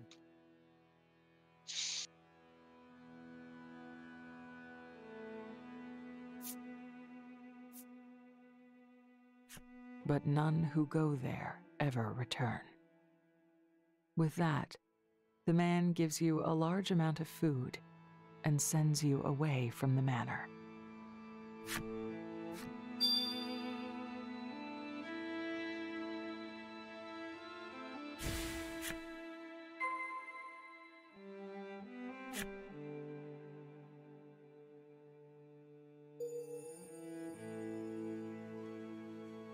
Pichu has said that he has coin if you have wares.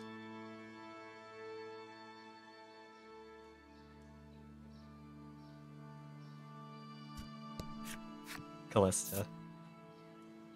Peachy? No. I don't have wares. I do have wolves, though. Fair. There Get are 2 'em! wolves inside you.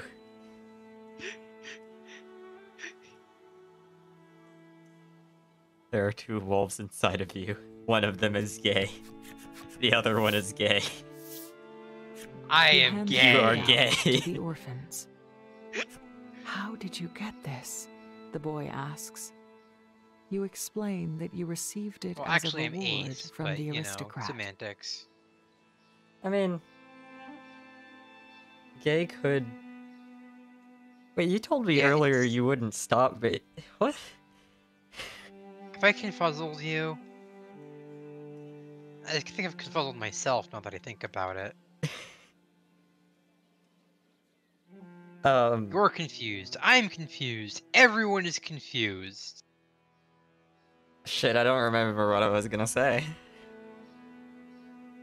It Oh, couldn't I have been mean, that gay could important just anyway. be like, it could still just reference like romantic attractions. Hearing this, Doesn't have to be. the boy blurts out, I'm going to use Yeah. the burning water to get rich too. The boy mentioned that his parents died due to illness. Likely they were stricken with the toxins from the tinder water, just like the aristocrat's child.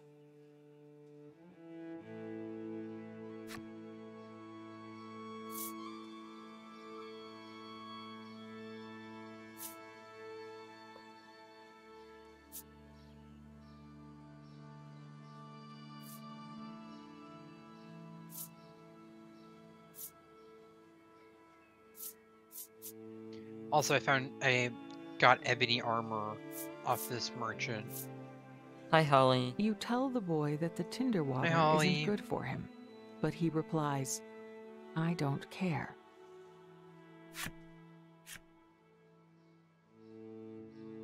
The boy thanks you for the food and runs off with his sister.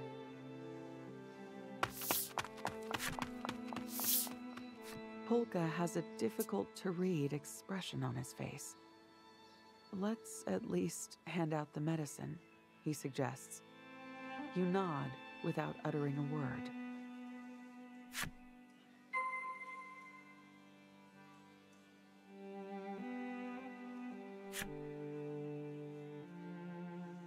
Oh, he does kind of look like Tetsuo, actually.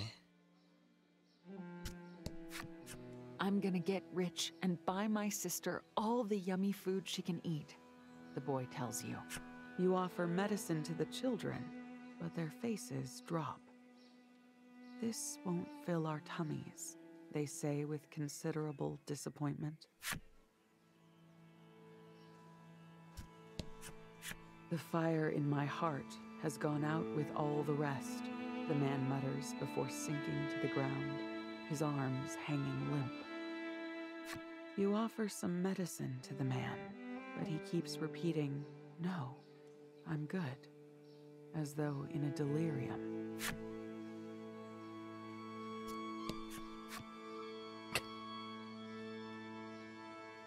The passionate woman is screaming herself hoarse, coughing and sputtering as she points in shock at the pond where the fire has gone out. The woman accepts the medicine from you.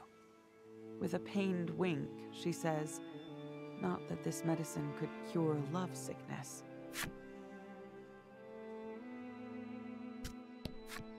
The lad is all smiles and mirth, claiming that if he were to invent a tool to start fires, he could make a killing. Despite his sunny attitude, though, he looks quite unwell. You give some medicine to the ambitious young man, and he is jubilant. Yes, I can work even Oh my more God. now. What? Now I can work even more, this guy just said. The grind is a lie, dude. The grind is a lie. The hustle isn't real.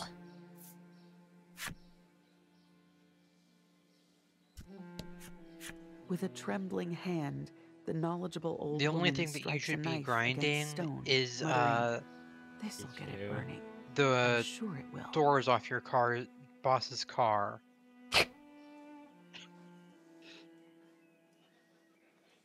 Thought you'd appreciate that. You offer some medicine to the old woman, but she puts up a hand and refuses it. I'm afraid I don't make a habit of taking medicines I've never seen before. It doesn't look like the people of the city are going to stop using tinder water anytime soon. The medicine you shared with them may provide little more than brief peace of mind. I can't believe they won't give it up. They know it's poisonous, you say in a low, pained voice. Legol gives you a sympathetic thump on the shoulder. You look up at him and ask, do you think everyone could be happy if we went to New Terra? His denial is immediate and assured. New Terra is a fairy tale. Kishu, you know I wouldn't You mind. answer him in a small voice. Okay, I'm not using my normal model right now, but you know what my shirt says. Yes. Polka looks Aside We all know positively what it delighted. says.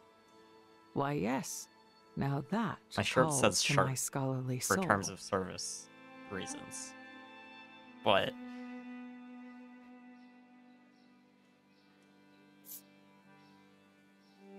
What?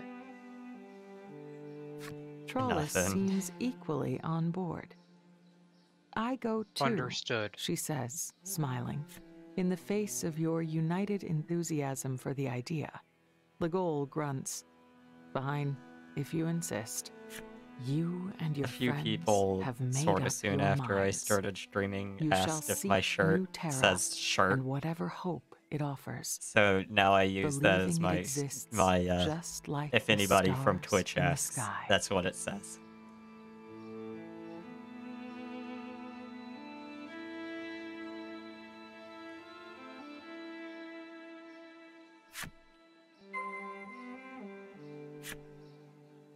For terms of service reasons. I don't The want to city get has done nothing about the poison. I don't want to and get likely banned. Never will. Thank you. Now that you've left, it would be safest if you never returned.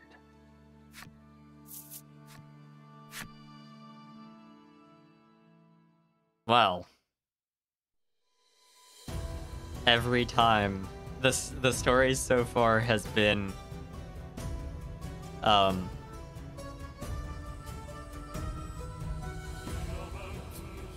we come to a new town, they ask us for help, we help them, they don't like what we have to say, we leave, and then we don't come back.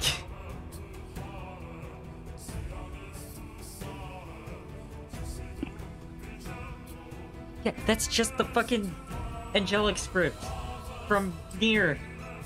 This game is.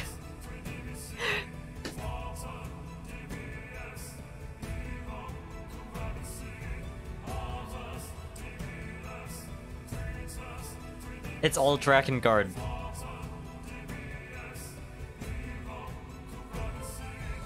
It's all Drakengard all the way down.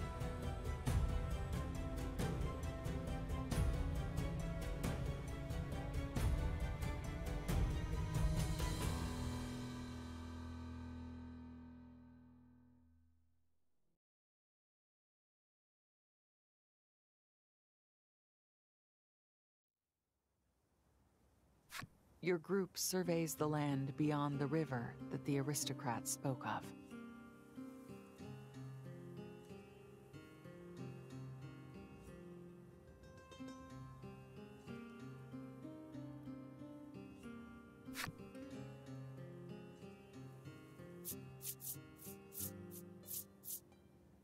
He claimed that none who go there ever return.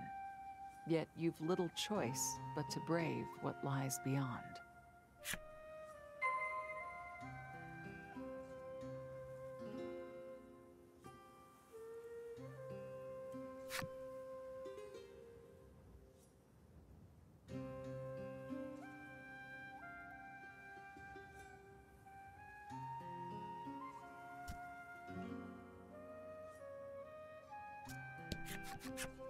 A great river of tinder water stretches out before you. While the liquid no longer burns, it would still be dangerous to attempt swimming.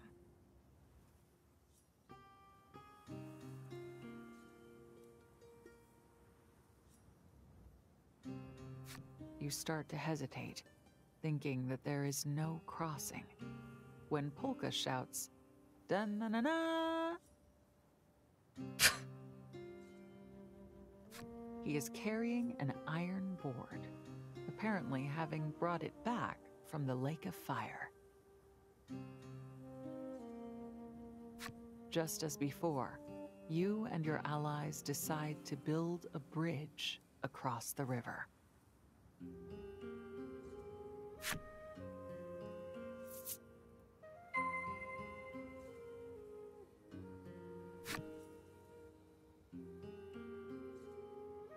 I just remembered, since we're talking about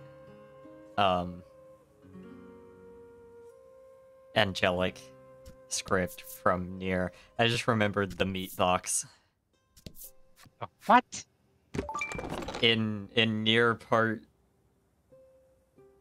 C, ending C through E, there's an area that you have to go to for the main story that has meat box written on it in angelic. And 9S walks up to it and reads it and says, it says meat box.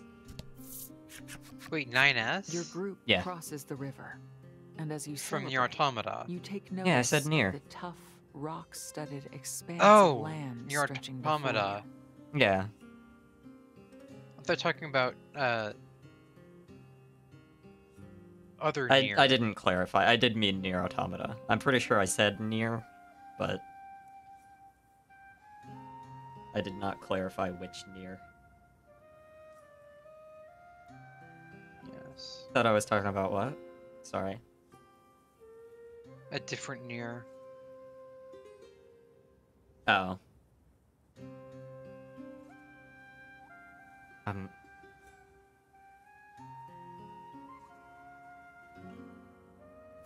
Your sand skiff was made for moving over I don't the remember what the sands, other two boxes so it'll were, be actually. difficult to go any Nier farther Automata. aboard it.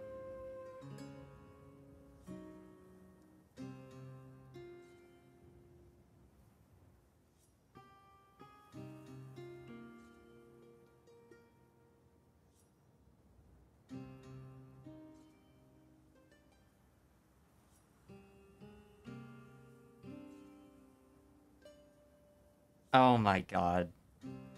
The letters above the door correspond to their English counterparts, save for the letter X, as no equivalent exists in Angelic. Its name is rendered hence as Meat Boss. Instead. Meat Boss! Meat Boss! BOS.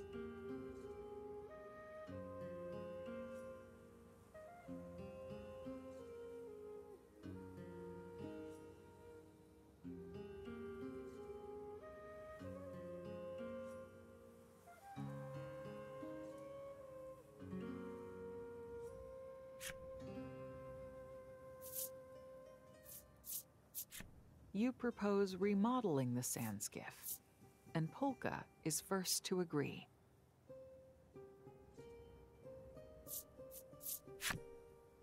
Legol's face is uneasy as he mutters, "Don't do anything weird to it." Polka explains that 3 materials will be needed to convert the sand skiff. After some quick preparations, you decide to split up to locate what you need.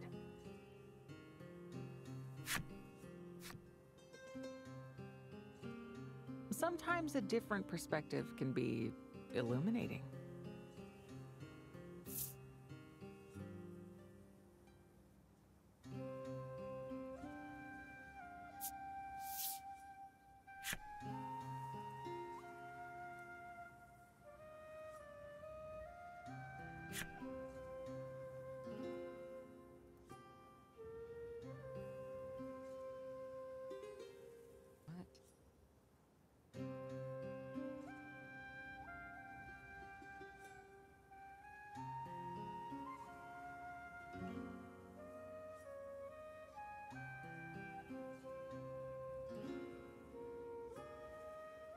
Okay, one of them was the God box, the meat box,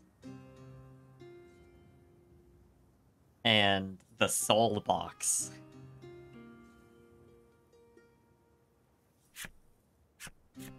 Polka asks you to locate a long, sturdy pole. Trollus dashes off to the south, so you decide to head north so that Thank you you all for the can trust cover more redeem. ground. Welcome in, Mimi.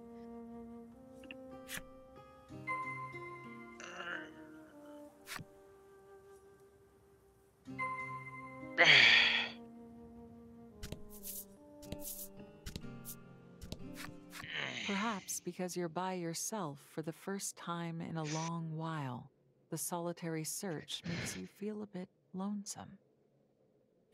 Your thoughts drift inexorably to your comrades.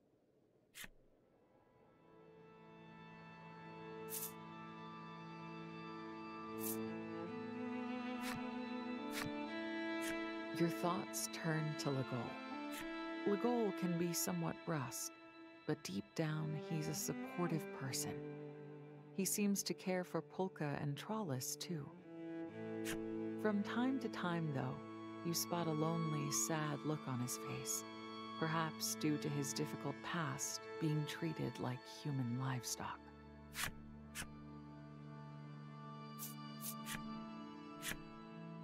Your thoughts turn to Polka. Polka's breadth of knowledge has been an incredible boon, and also a headache, since said knowledge is the source of his unceasing chatter. Water! While he's typically an affable fellow, you do sometimes spot an unexpected iciness in his expression. Perhaps it comes from his hatred of monsters.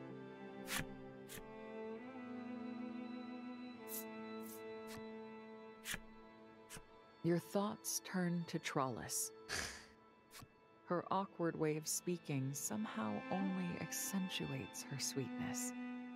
On top of that, she cares deeply about her companions and has tenacity to spare. And back when you faced the Flame Primal, she pushed herself so hard to save you from certain death.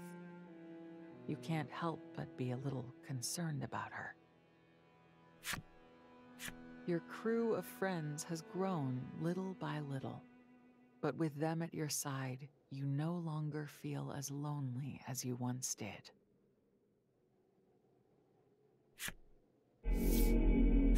While you were lost in thought, a monster has found you.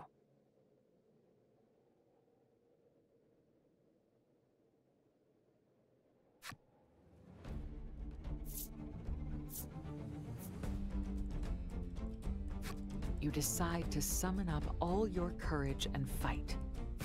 Pichu. The monster brandishes No. a weapon whose handle is a long, sturdy-looking pole. The exact kind Polka needs.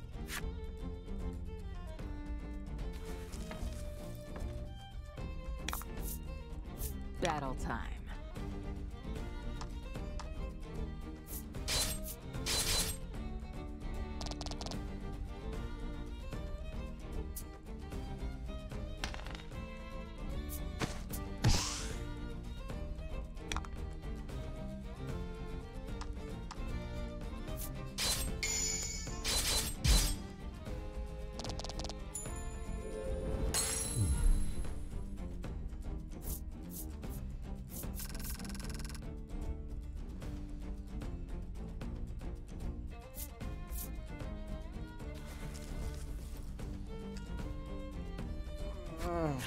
Your battle with the monster has landed you a long, sturdy pole that Polka should be happy with. Having done what you set out to do, you decide to head back to the Sandskiff.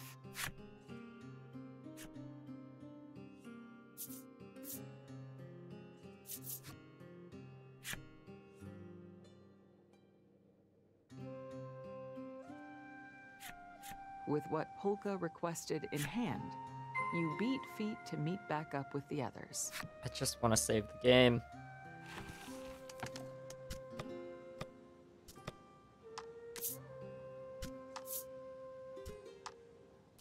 I meant to stop after the chapter changed.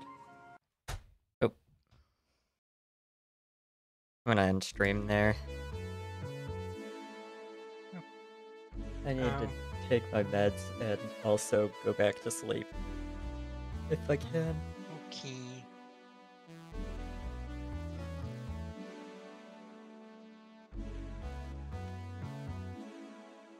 Well, I thank you for your stream reset.